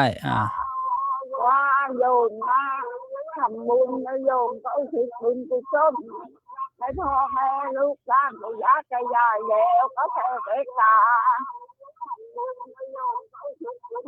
ตาให้กับสรรพสัตว์ทั้งหลายให้ทหารตำรวจที่ท่านอยู่ชายแดนทุกเขตแดนที่ท่านได้ช่วยชีวิตไปโยมว่าแผ่เมตตามากมันจะเกินบุญโยมไปไหมไม่เกินหรอกยิ่งมากยิ่งดีนะบุญไม่หมดหรอกจ้าโยมมาสวดมนต์ไม่ได้เยอะแล้วสวดติดโซ่พระหุมห้าตาแผ่เมตตาเช้าก็ทำบุญทุกเช้าเลยใส่บาตรทุกเช้าแล้วก็ทำบุญทุกวันพระโยมก็อยู่วัดโยมก็อธิษฐานบุญแล้วไม่ว่าบุญกุ้งบุญทานบุญภาวนาทั้งสามประการนี้โยมได้ทำมาทั้งบุญเก้าบุญใหม่ที่ทำมายังมารวมเป็นกระบะเดชะเป็นมารวะปัจจัยเป็นวิจัยตามต้นทุกบุญนี้อุทิศให้แก่พ่อแม่ลูกหลานแล้วก็ให้สรรพสัตว์ทั้งหลายทั่วไปได้ใช่เปล่าได้โยมโมทนานักข่าวหน้าปิดวิทยุก่อนนะเพราะว่าเสียงมันสะท้อนเอาไม่เดี๋ยวข่าวหน้าโทรมาปิดวิทยุแล้วก็ฟังในโทรศัพท์เสียงมันจะชัดเจนดีเพราะว่าผู้ฟังทางบ้านเขาก็จะได้ฟังด้วยอนุโมทนาบุญด้วยดีแล้วโยมนะอนุโมทนาไม่หมดบุญไม่หมดนะเมื่อเราเอาเทียนเนี่ยต่อไปให้คนอื่นมันก็สว่างขึ้นแล้วอุทิศบุญเนี่ยก็ทำให้เราได้บุญด้วยนะเรียกว่าปฏิทานามัยนะบุญเกิดจากการให้ส่วนบุญผู้อื่นยิ่งให้ยิ่งได้นะยิ่งห่วงยิ่งอดฟังวิทยุแล้วเวลาเข้าทำบุญนะโยมอนุโมทนาบุญจะเข้าด้วยเนี่ยเข้าไม่รู้นะครับเราได้ไหมเรารู้เราได้นะเขาไม่รู้หรอกเขาไม่รู้แต่เราอนุโมทนาเนี่ยเป็นสิ่งที่เราได้อนุโมทนานะสาธุเจริญพรเวลาล่วงเลยมาพอสมควรท่านใดจะ โทก็จบรายการนะวันนี้ต้องขอจบรายการแล้วก็ชมเทปบันทึกนะรายการที่แสดงธรรมที่วัดป่าจริยธรรมเมื่อคืนของวันที่25กรกฎาคมที่ผ่านมาต่อจากการจบรายการวันนี้อนุโมทนาโยมที่ยังรับชมรับฟังอยู่หน้าจอโยมนวลศรีบอกว่าเสียงเอ็กโคเหมือนโยมอยู่บนยอดเขา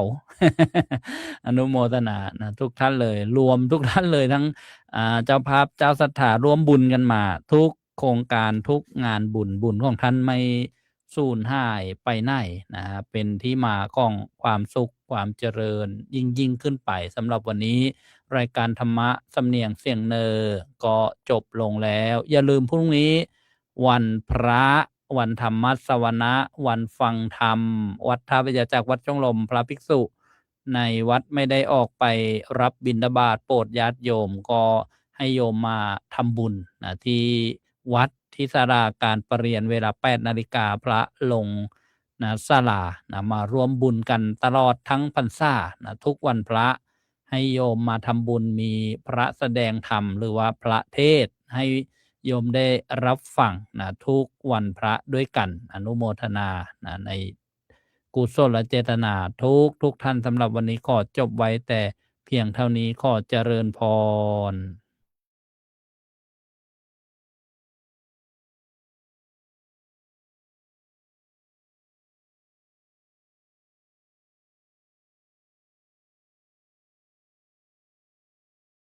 แล้วก็พากันไปสร้างตรงนั้นเด้อกุฏิอะไรต่างๆอย่ามาสร้างแถวนี้ไม่ใช่บ้านเราไม่ใช่ที่เรา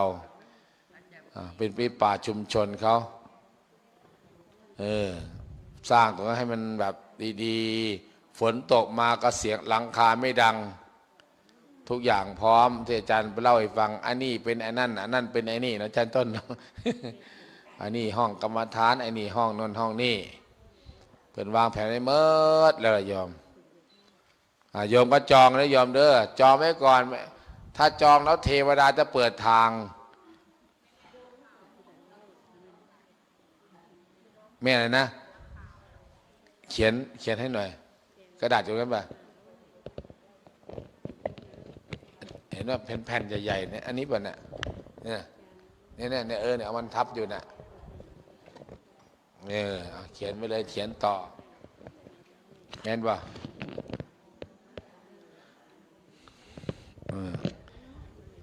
แม่ณภาวอแวววอแพง 10,000 บาท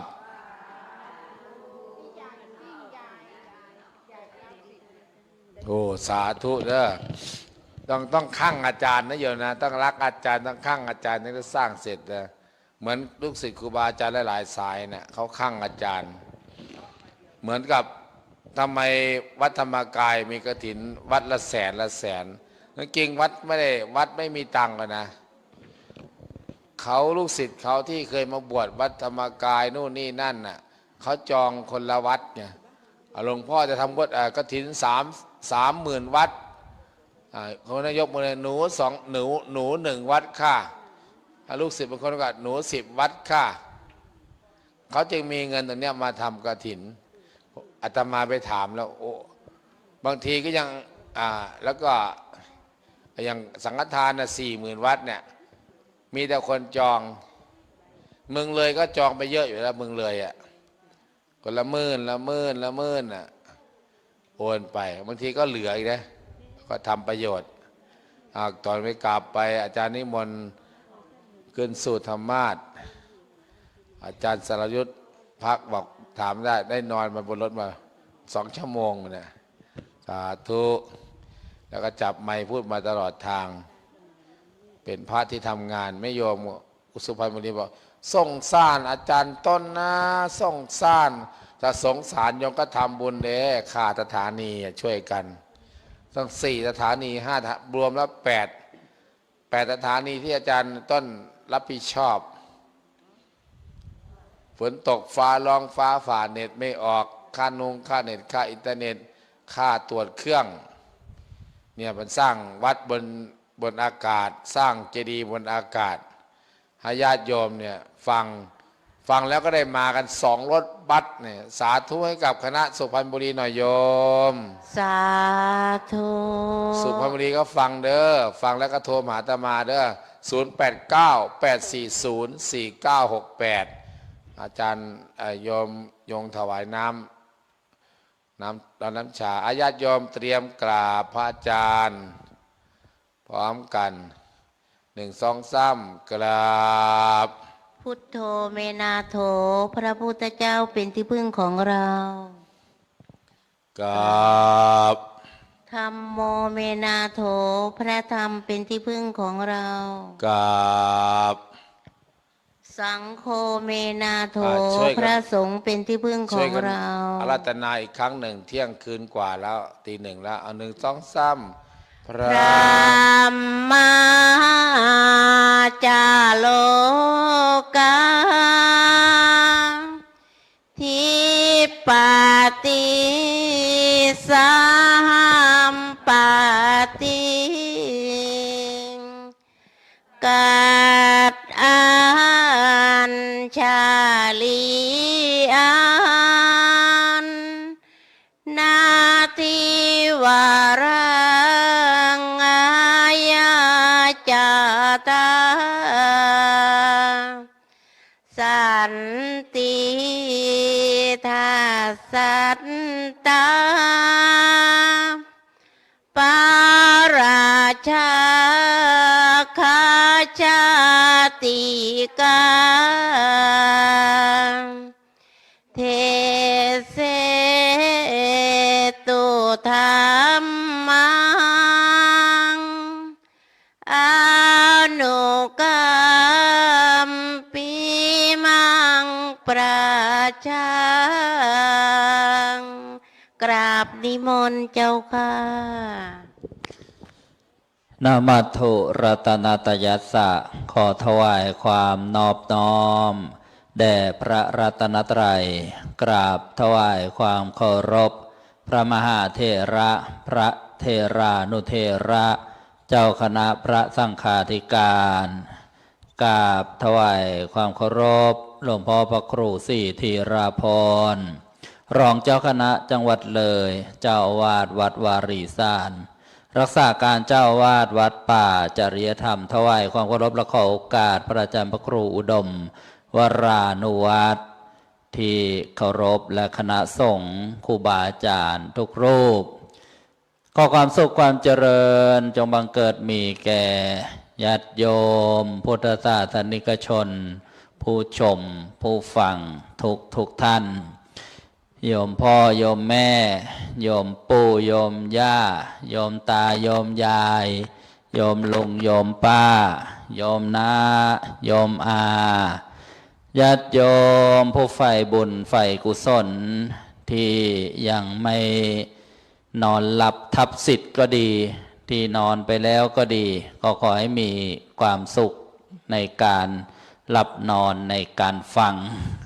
เพื่อความสะดวกต่อการสดับค่ำคืนวันนี้ก็อนุญาตให้วางมือลงได้สาธุฟังธรรมะเสริมธรรมเสริมปัญญาตามข้อตกลงนะหรือว่างานบำเพ็ญกุศลครบวันมรณภาพ100 วันพระครูจริยสารธรรมนิรุตนิติสาโรอดีตเจ้าคณะอำเภอนาด้วงอดีตเจ้าอาวาสวัดป่าจริยธรรมอดีตผู้อำนวยการสถานีวิทยุกระจายเสียงพระพุทธศาสนาแห่งชาติจังหวัดเลย FM 96.5 เมกะเฮิรตซ์วัดป่าจริยธรรมตำบลนาดอกคำอำเภอนาด้วงจังหวัดเลยแล้วก็ครบ2 ปีมรณกาลของหลวงพ่ออำนาจสุจิตโตซึ่งเป็นบิดาหรือว่าเป็นพ่อของท่านพระครูจริยสารธรรมก็เจริญพรโยมแม่ชีบุญเรืองทองพิกุลผู้เป็นใหญ่เป็นประธานในงานแล้วก็ครอบครัวทองพิกุลทิศไกลทุกท่านเลยกันแล้วกันมาฟังกันต่อเนื่องกัน นะพระครูอุดมวรานุวัฒน์สไตล์ลูกทุ่งที่อาตมากับพระครูจริยสารธรรมชอบหยอกกันนะท่านสไตล์ลูกทุ่งนะอาตมาเห็นท่านทำงานคุกคีตีโมงหมายถึงว่าร่วมงานกันมาบอกนี้เลยผมได้ฉายาใหม่แล้วครับครูบาอาจารย์นะขอนะให้ฉายาท่านว่ารถถังวังสะพุงครับ ชนแรก ชนไม่ถึงว่าชนงานชนอุปสรรคอะไรต่างๆวันนี้เดินทางนะมาจากวัดท่าพระยาจากตำบลอุทองอำเภออุทองจังหวัดสุพรรณบุรีนะก็กำหนดการออกเดินทางเนี่ยก็คือได้บอกญาติโยมว่ามาร่วมงานบุญกันตีสี่ครึ่งนะพร้อมกันนะตีห้านะล้อมุ่นนะรถออกแต่ว่าก็มีเหตุนะว่าพอถึงเวลานัดหมายทางรถผู้ให้บริการก็บอกว่ารถมาเสียระหว่างทางนะต้องเอารถอีกคันหนึ่งมาเปลี่ยนต้องถ่ายสิ่งของสัมภาระอะไรต่างๆทีแรกก็ว่าจะมาบัสเดียวนะก็เลยเป็นแบบที่พระครูอุดมบอกมา2 บัสเพราะว่าเสียไป1 บัส ก็เลยเป็น2 รถบัสเลย พระ1 รูปโยม43นะ44ชีวิตนี่ก็เรียกว่าเป็นงานบุญที่มีความคุ้นเคยนะกับวัดป่าจริยธรรมญาติโยมก็ได้มารวมจิตรวมใจกันหลายท่านก็ยังอยู่กันที่นี่นะ10 ฝ่าคนบอกว่าให้มาฟังเทศฟังธรรมนัดแนะกันว่านั่งข้างหน้านะใครจะเอนหลังก็ไปเรียกอีกคนหนึ่งมาเปลี่ยนนะจะได้ดูในมุมกล้องมีคนฟังทั้งคืนถ่ายทอดไปทั่วโลกเลยนะตอนนี้ที่ต่างประเทศเนี่ยเขาก็เป็นกลางวันนะเช่นสหรัฐอเมริกาเนี่ยของเราเนี่ยตี 1ใกล้ๆจะตี 2ฝั่งโน้นก็บ่ายโมงครึ่งอะไรอย่างเงี้ยนะก็ทักทายญาติโยมผู้ชมผู้ฟังนะเรียกว่าถ่ายทอดด้วยจะมาบรรยายเรื่องอะไรนะก็คงจะเป็นเรื่องเกี่ยวกับการทำงานบ้างความผูกพันกับพระครูจริยสารธรรมก็เหมือนท่านยังอยู่นะก็เหมือนท่านยังอยู่มากี่ครั้งก็ความผูกพันหรือว่าความคุ้นเคยมานั่งบรรยายนี่ก็เหมือนท่านยังอยู่ท่านจะบอกว่าผมดึกๆผมไม่ไหวแล้ววิ่ง ขอไปเอ็นลังกันนะแล้วก็ท่านก็จะมอบหมายงานให้ครูบาอาจารย์ให้พระนะที่มาร่วมด้วยช่วยงานแบ่งนะจัดสรรนะเวลาในการขึ้นแสดงธรรมนะซึ่งวันนี้ครูบาอาจารย์ก็แซวหลวงพ่อบัวเรียนนะไม่มาเดี๋ยวนี้เข้าไปคบ AI ละโยมอาตมาตกกระป้องเลย เจมินายไปไหนแล้วล่ะเจมินายเดี๋ยวมาคุยกันก่อน โอ้ยสนทนากันออกรถออกชาร์จเลยประเดี๋ยวอินเทอร์เน็ตสะดุดเจมินายเมื่อกี้เราคุยเรื่องอะไรไม่รู้สิครับหลวงพ่อ เอาเริ่มใหม่อีกแล้วเจมินายก็พูดสวัสดีครับผมเจมินายพูดกับพระต้องกราบนมัสการครับผมต้องขออภัยด้วยครับหลวงพ่อ ครั้งต่อไปผมจะพูดให้ถูกต้องประเดี๋ยวมันก็เริ่มใหม่ก็ลืมเอาอีกแล้ว ก็เลยบอกว่าหลวงพ่อบัวเรียนได้ครูเทศใหม่แล้วโยมเขาลืมอาตมาไปแล้วกดคุยกันนู่นนี่นั่นถามอะไรตอบได้ถามอะไรรู้อย่างกับอับดุลเลยเขาก็ไปค้นมาหมดก็เรียกว่าปัญญาประดิษฐ์หมายถึงว่าไอ้ระบบคอมพิวเตอร์เนี่ยเวลาเราคุยเรื่องอะไรเขาก็จะประมวลผลประมวลว่าคนนี้ต้องการสื่อสารเรื่องอะไรเขาก็วิ่งไปค้นมานะเหมือนมีคนนี้แหละมารับคำสั่งแล้วก็วิ่งไปอย่างรวดเร็วไปค้นอะไรล่ะในหนังสือในข้อมูลข่าวสารต่างๆในพระไตรปิฎกต่างๆอะไรอย่างเงี้ยนะจนผู้ให้บริการเว็บไซต์พระไตรปิฎกเนี่ยเขาบอกว่าโอ้โหตั้งแต่มีระบบไอ้เจ้า AI เนี่ยนะทำให้เครื่องเขาเนี่ยทำงานไม่หยุดเพราะเขาห้ากันทั้งโลกเลยพอห้าคำหนึ่งอันนี้ก็มาเปิดเหมือนมาเปิดตู้เปิดตู้หนังสือเปิดอีกแล้วเปิดทั้งวันเลยทีนี้ไม่ไหว คนผู้ให้บริการก็บอกว่าต้องถามก่อนคุณเป็นมนุษย์หรือเปล่า มนุษย์โซซิ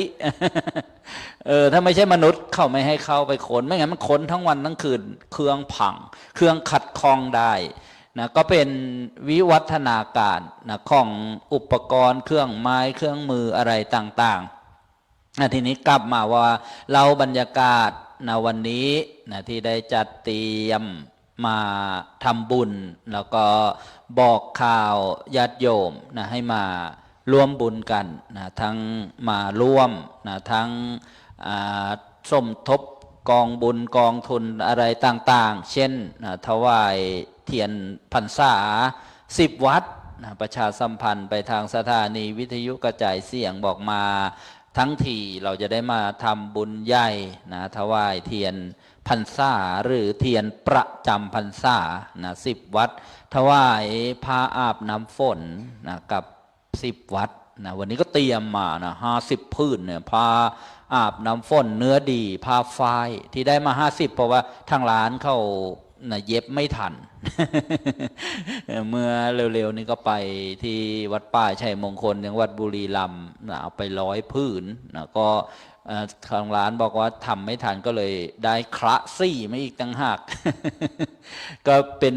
บุญที่ตั้งใจที่จะมาทำแล้วก็จะน้อมอุทิศนะไปให้พระครูจริยสารธรรมเตรียมไทยธรรมไทยทานต่างๆแล้วก็นะเตรียมเครื่องรับวิทยุ เครื่องรับธรรมะโอ้ยทีแรกก็หันซ้ายหันขวาเอามาจับสลากนะแต่พอมาถึงสถานการณ์จริงแล้วเหตุการณ์ต่างๆความพร้อมต่างๆก็เลยไม่ได้มาจับสลากทุกชั่วโมงแบบตอนที่พระครูจริยสารธรรมทำกิจกรรมสวดมนต์ข้ามปีใช่ไหมญาติโยมเดี๋ยวนี้วิทยุนะหรือว่าเครื่องรับเนี่ยก็มีบริษัทที่นะเป็นญาติโยมที่คุ้นเคยรู้จักกันนำมาแบบว่าไม่คิด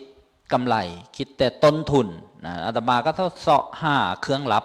อันไหนดีอันไหนเหมาะสมนะหลากหลายยี่ห้อหลากหลายนะความแตกต่างกันนะหลายปีต่อมาเพราะว่าทำงานสถานีวิทยุกระจายเสียงเราก็ต้องคุยกับผู้ที่สนใจนะเหมือนกันนะบางคนก็บอกว่าเป็นสื่อที่โบราณนะเป็นสื่อที่เป็นกลุ่มเปราะบาง กลุ่มเปราะบางเขาห้ามพูดว่ากลุ่มพิการนะบกพร่องนู่นนี่นั่นทางคำสมัยใหม่เขาบอกกลุ่มเปราะบางนะกลุ่มเปราะบางนะติดเตียงบ้างอะไรบ้างหรือนะบกพร่องทางสายตาอย่างเนี้ยอาตมาก็คุยกับญาติโยมในรายการนะก็ดีนะเราเป็นกลุ่มเปราะบางสนใจธรรมะสนใจในเรื่องการให้ทานทำบุญฟังธรรมะแล้วได้ประโยชน์นะรู้จักสัจธรรมของชีวิตนะรู้จักการปรงซะบ้างการวางซะบ้างนะการทำความเข้าใจในสังขารร่างกายที่มันแปรเปลี่ยนไปนะดีแล้วใครจะว่าเราเป็นกลุ่มเปราะบางนะพวกเขานะเป็นพวกแข่งหน้าก็ไปเถอะ พวกแข่งหน้ายังอบายมุขบ้างน้ำเมาบ้างอะไรบ้างก็ว่าเขากะไปตามเหตุการณ์ก็แล้วกันโอ้ยแล้วใครมันเลือดคนอายุมากเดี๋ยวก็ล่วงลับดับจากไปแต่มาเคยพูดนะว่าคนทุกคนเมื่ออยู่เดี๋ยวก็ชราภาพเดี๋ยวก็ต้องแก่นี่ไม่ลดหรอกนะให้ดูสมาร์ทโฟนหรืออะไรเดี๋ยวตาก็มีปัญหาแล้วก็อาจจะมีเหตุการณ์สัญญาณอินเทอร์เน็ตอาจจะขัดข้องไปบ้างหายบุ๊บเข้าไปหมดเลยเนี่ยบางประเทศนี้เคยทดลองให้เด็กนักเรียนลูกหลานเนี่ยเรียนกับระบบไอ้จอเนี่ยจอ iPad อะไรหรือเครื่องบันทึกรุ่นใหม่เนี่ยนะไม่ต้องเขียนกระดาษไม่ต้องมีปากกาสมุดดินสอเขาทดลองมา10 กว่าปีสรุปไม่ได้ผลดีก็กำลังเลิกออกคำสั่งให้เลิกแล้วต้องมาเขียนต้องมาฝึกให้มีความทรงจำนะเพราะไม่งั้นคุณภาพหรือว่าประสิทธิภาพ ของคนเนี่ยมันจะด้อยลงไปถ้าขาดสิ่งเหล่านี้แล้วไปต่อไม่ได้บางประเทศก็ใช้ทุกสิ่งทุกอย่างไปฝากไว้กับเนี่ยเครื่องโทรศัพท์มือถือทั้งหมดเนี่ยพอเวลามันล้มขึ้นมาเนี่ยไปไหนไม่เป็นนะเพราะฉะนั้นเนี่ยระบบที่สำรองไว้เนี่ยก็จะเป็นข้อดีนะเช่นวิทยุกระจายเสียงนะเป็นสื่อที่เราผลิตความถี่ได้เองเครื่องส่งอยู่ที่วัดที่สถานีของเราเนี่ยเขาเรียกว่าผลิตความถี่เองเวียงออกไปในอากาศแล้วก็ผู้รับเนี่ยก็มีเครื่องรับเครื่องวิทยุทรานซิสเตอร์ไม่ต้องผ่านโครงข่ายนะเหมือนระบบอินเทอร์เน็ตมือถือต่างๆอันนี้ก็พูดให้เข้าใจง่ายๆหลักการทำงานหรือว่าข้อดีแล้วก็ต้นทุนไม่สูงมากก็ทำให้เกิดประโยชน์เอามาสื่อสารนะธรรมะได้แล้วก็นะได้ฟังนะได้ยินนะเช่นเนี่ยมีการบรรยายธรรมะ24 ชั่วโมงอย่างกับครูบาอาจารย์ที่ได้ทำกันมา20 กว่าปีแล้วก็นะปีนี้นะก็เป็น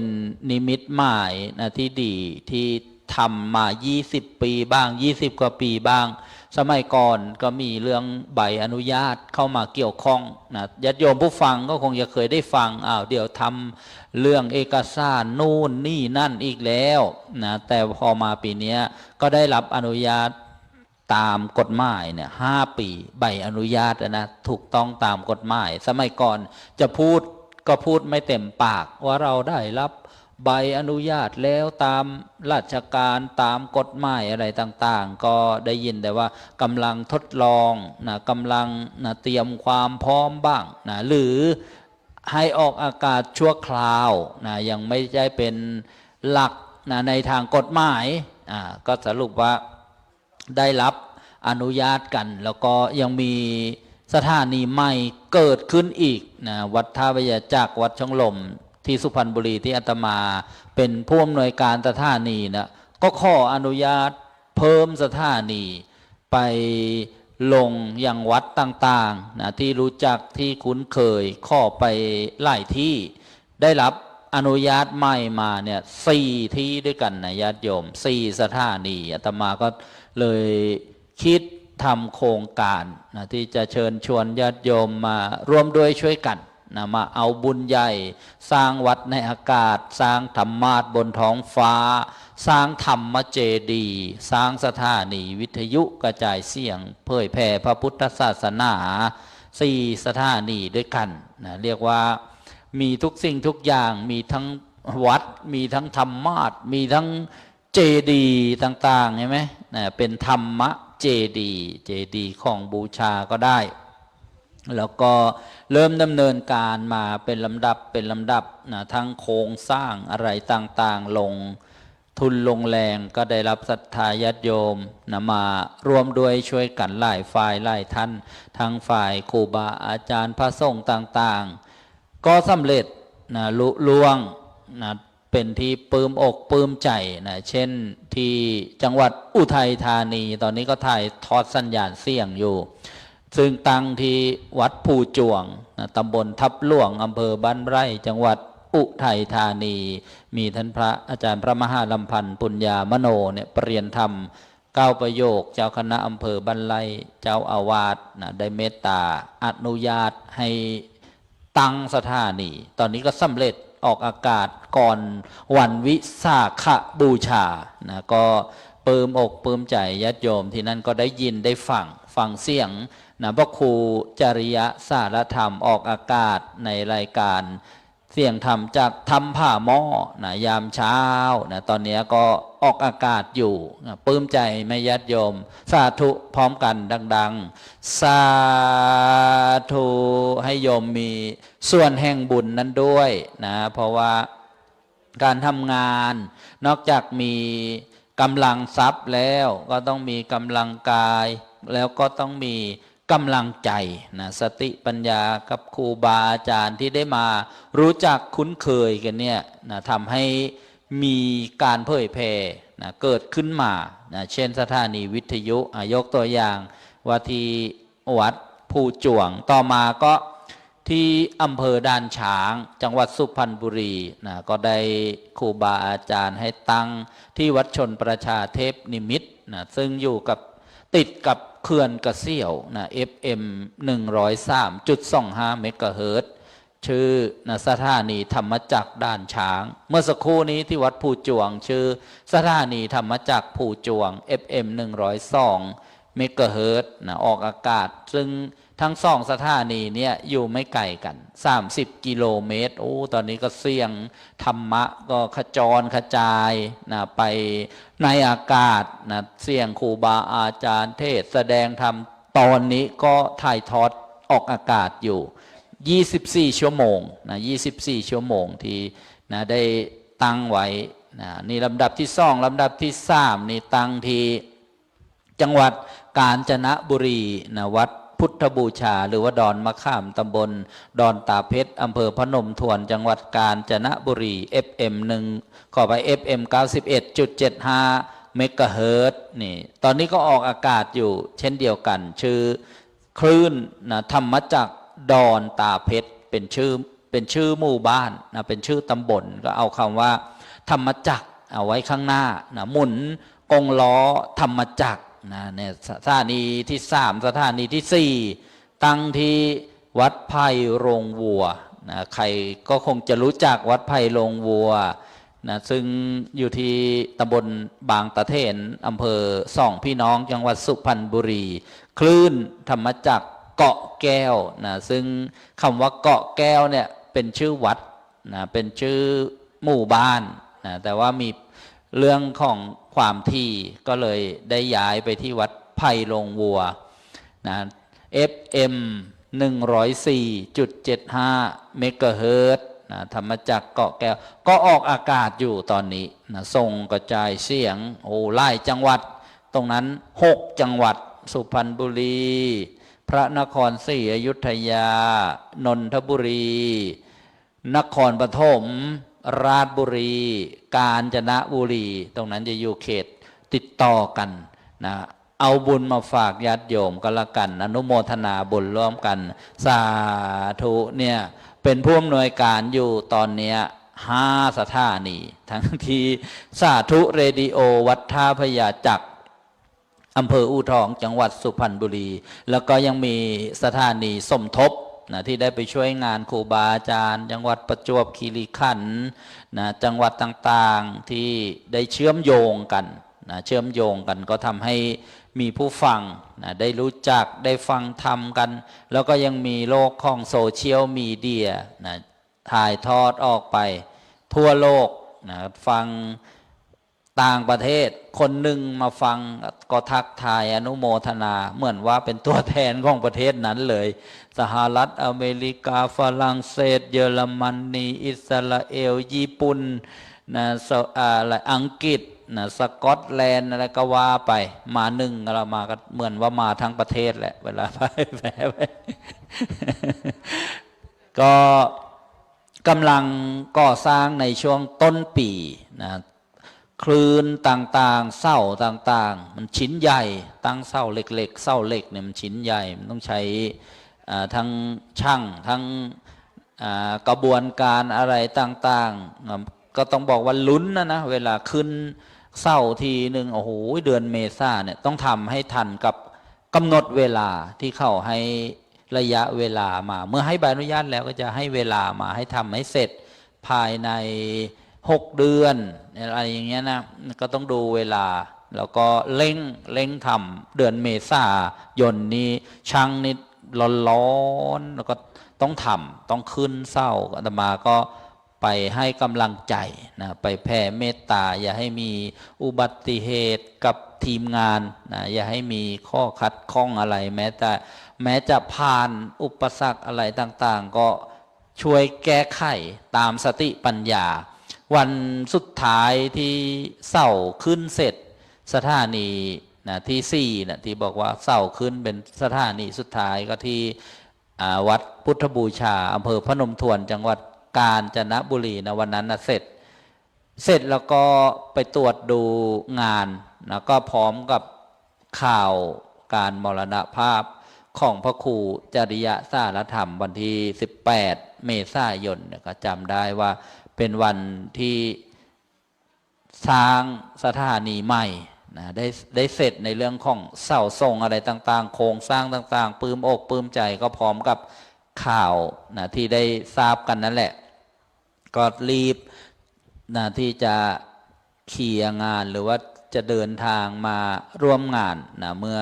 100 วันนะที่ผ่านมานะก็เป็นที่ทราบกันนี่ก็นะเป็นทั้งความได้ความยินดีเป็นทั้งนะความสูญเสียนะความโศกเศร้าบ้างอะไรบ้างที่ครูบาอาจารย์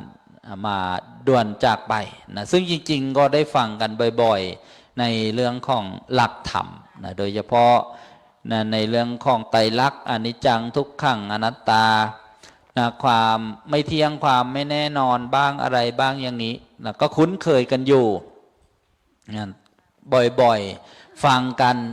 บ่อยๆว่าคนเราก็มีสิ่งเหล่านี้นะเป็นธรรมชาตินะเป็นธรรมดาทีนี้ได้กล่าวว่าเรามีเครื่องรับวิทยุเนี่ยซึ่งบางครั้งก็เคย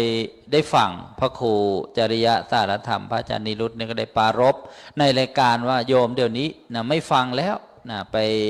ดูโทรศัพท์ไปดูช่องนั้นช่องนี้ท่านก็จึงนำรายการนะเข้าไปสู่ในระบบใหม่ๆในช่องทางนะสื่อสารนะที่มีญาติโยมนะสนใจใฝ่ศึกษาในนั้นแต่ก็บางเหตุการณ์ก็อาจจะผ่านมาฟังแป๊บเดียวบ้างหรืออะไรบ้างแต่ถ้าได้ฟังเครื่องรับวิทยุแล้วท่านก็ปรารภบอกว่าบางทีเครื่องพังแล้วโยมก็ไม่หาซื้อใหม่แต่บางครั้งเนี่ยก็หาซื้อตามท้องตลาดยากเหมือนกันนะบางครั้งนะก็ไม่มีทุนทรัพย์นะพอได้มารู้จักกับผู้ผลิตนะหรือว่าที่ได้บอกว่าเขาให้ราคาต้นทุนเนี่ยก็จึงคุยกับครูบาอาจารย์ว่าต้องเพิ่มเครื่องรับนะเพิ่มเครื่องรับวิทยุเพิ่มเครื่องรับเนี่ยเยอะๆก็จะได้เพิ่มผู้ฟังนะก็จะได้เพิ่มผู้ฟังก็จึงพยายามบอกผู้ฟังว่าให้แนะนำกันนะเพื่อนบ้านคนรู้จักนะที่ยังไม่รู้ยังไม่มีนะในสถานที่ท้องถิ่นที่มีคลื่นวิทยุเราเรียกว่าพระพุทธศาสนาเนี่ยกระจายเสียงส่งไปถึงเนี่ยพยายามนะให้เขาได้ยินได้ฟังนะบางคนบางท่านเนี่ยศรัทธาชอบฟังแต่บางครั้งคลื่นนะหายไปนะกำลังลดน้อยลงไปนะอย่างเช่นการได้มาครั้งนี้ก็มีโยมผู้ฟังพอเขาได้ฟังเขาอยู่ต่างจังหวัดนู่นราชบุรีนะอยู่อำเภอโพธารามเขาบอกว่าเสียงอาตมาเนี่ยหายไป2 ปีแล้ววันหนึ่งเขาฟังเมื่อเร็วๆนี้แหละที่บอกว่าสถานีที่ตั้งใหม่ออกอากาศเนี่ยเขาก็มุ่นมาเจอโยมก็โทรศัพท์มานะโทรศัพท์มาแล้วก็บอกว่าหายไป2 ปีโอ้ดีใจนะแนะนำคนนั้นคนนี้ให้ฟังกันนะพอได้ยินอาตมาบอกอ้าวโยมใครจะมาวัดป่าจริยธรรมเนี่ยรถยังไม่เต็มนะเหลืออีกหลายทีนะโยมก็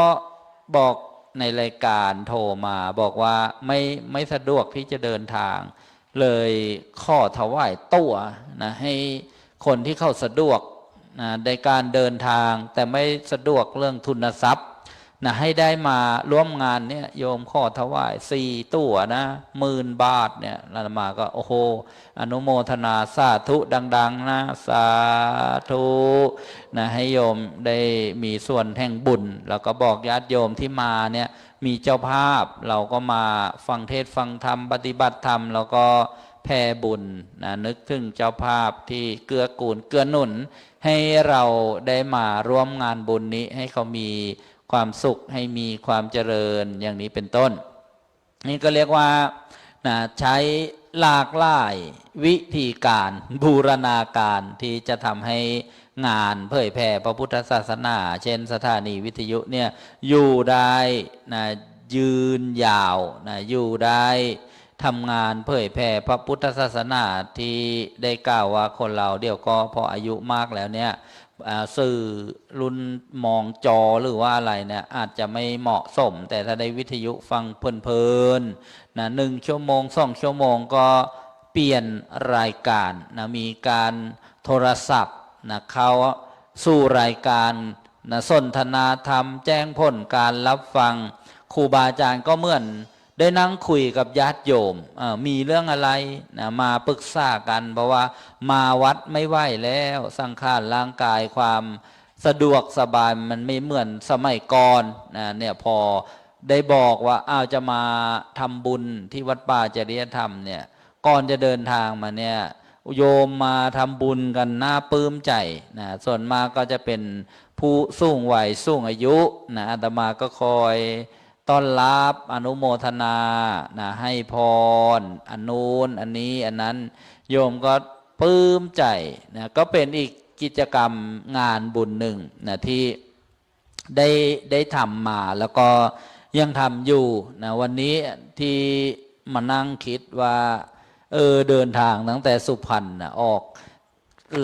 อกช้ากว่ากำหนดนะกำหนดไว้ว่าจะออกตี 5ก็มาออก6 โมงเสร็จนะก็มาเจอรถติดอีกไม่รู้ว่าวันหยุดยาว พอออกมาบนท้องถนนคนเดินทางนะเดินทางกันเยอะเลยมันก็บรรยากาศภาพการเดินทางน้องสงกรานต์เทศกาลนะที่มีรถตามท้องถนนเยอะแล้วก็ในปั๊มนี่ก็เยอะนะปั๊มน้ำมันนี่ก็เยอะโยมก็บอกว่าเราก็ว่าจะมาถึงเนี่ยนั่งนับชั่วโมงดู16 ชั่วโมงโยมนั่งรถกัน อยู่ในรถ16 ชั่วโมงตั้งแต่6 โมงเช้าเมื่อวานมาถึง4 ทุ่มเนี่ยโยมคิดดูเนี่ยบอกว่าถ้าไม่รักกันจริงก็คงไม่มานะไหมญาติโยมบอกโยมในรถโยมก็บอกว่าก็เราเนี่ยไปตรวจห้องน้ำทุกปั๊มเลย โยมผู้สูงอายุเราเนี่ยตรวจห้องน้ำทุกปั๊มเลยนะเดี๋ยวก็แวะก็บอกไม่เป็นไรค่อยๆไปให้ปลอดภัยก็แล้วกันก็รถก็เปลี่ยนแล้วเปลี่ยนเป็น2 บัสเลยก็เป็นอะไรที่ที่ได้กล่าวว่าเป็นความคุ้นเคยกันได้มาร่วมบุญกันพาญาติโยมมาบางท่านนี้มาไม่เบื่อมาแล้วก็มาอีกมาแล้วก็อยากจะมาไม่ใช่มาฟรีก็มีนะมาแบบใช้ทุนทรัพย์เสียค่าใช้จ่ายอะไรต่างๆเนี่ยก็บอกว่าถ้าไม่รักกันจริงไม่ศรัทธาครูบาอาจารย์หรือว่ากิจกรรมวัดป่าจริยธรรมเนี่ยก็คงไม่ได้มาแล้วก็พอจะมาจริงๆเนี่ยงานต่างๆเนี่ยบางทีเราไม่ได้คาดคิดว่าจะเกิดขึ้นอย่างเช่นเมื่อวันที่23ที่ผ่านมาหลวงพ่อพระครูเมตตาปุญโญภาสหลวงพ่อไมตรีทิตะปัญโยเนี่ยเจ้าคณะอำเภอบางสะพานเจ้าวาดวัดทางซ้ายประจวบคีรีขันธ์เนี่ยซึ่งเป็นครูบาอาจารย์ของอาตมาภาพท่านก็ปรารภว่าจะมาทำงานบุญทอดพระป่าเปิดสถานีที่วัดชนประชาเทพนิมิตรอำเภอด่านช้างจังหวัดสุพรรณบุรีท่านก็ลงกำหนดงาน10 วันแล้วก็มาถึงวันงานท่านก็ประสานงานพาญาติโยมที่รู้จักคุ้นเคยว่ามาเปิดสถานีกันแล้วมาภาพได้มาตั้งไว้ท่านก็สนับสนุนทุกหลายสิ่งหลายอย่างเชิญนายอำเภอมาทีนี้งานจากเล็กก็เลยเป็นงานใหญ่แล้วก็เลยได้คุยกันหลวงพ่อเปิดใหม่4 สถานีเนี่ยก็รู้สึกว่าราบลื่นดีออกอากาศดีเป็นระยะเวลาร่วมเดือนเนี่ยนะพอเสร็จงานตอนเที่ยงที่ได้บอกว่าราบลื่นดีนะวันที่23เนี่ยโยมก็เครื่องจะดูในมือถือได้ว่าสัญญาณปกติไหมสัญญาณหายไป1 สถานี ก็เลยเอาวิ่งรถไปดูกันก็จริงๆงานก็จะได้เตรียมสิ่งของเตรียมจัดความพร้อมที่จะเดินทางมาวัดป่าจริยธรรมก็ ต้องแก้ไขกันนะวันที่23เสร็จก็2 ทุ่มกว่าวันที่24นะทำงานเต็มวันอีกเต็มแล้วก็กลางคืนอีกนะเพราะเช้ามืดนะซึ่งพอข้ามเที่ยงคืนเนี่ยก็เป็นวันที่25ก็เดินทางนะก็บางอย่างมันก็ไม่เรียบร้อยแต่ทีนี้ว่าถ้าเรา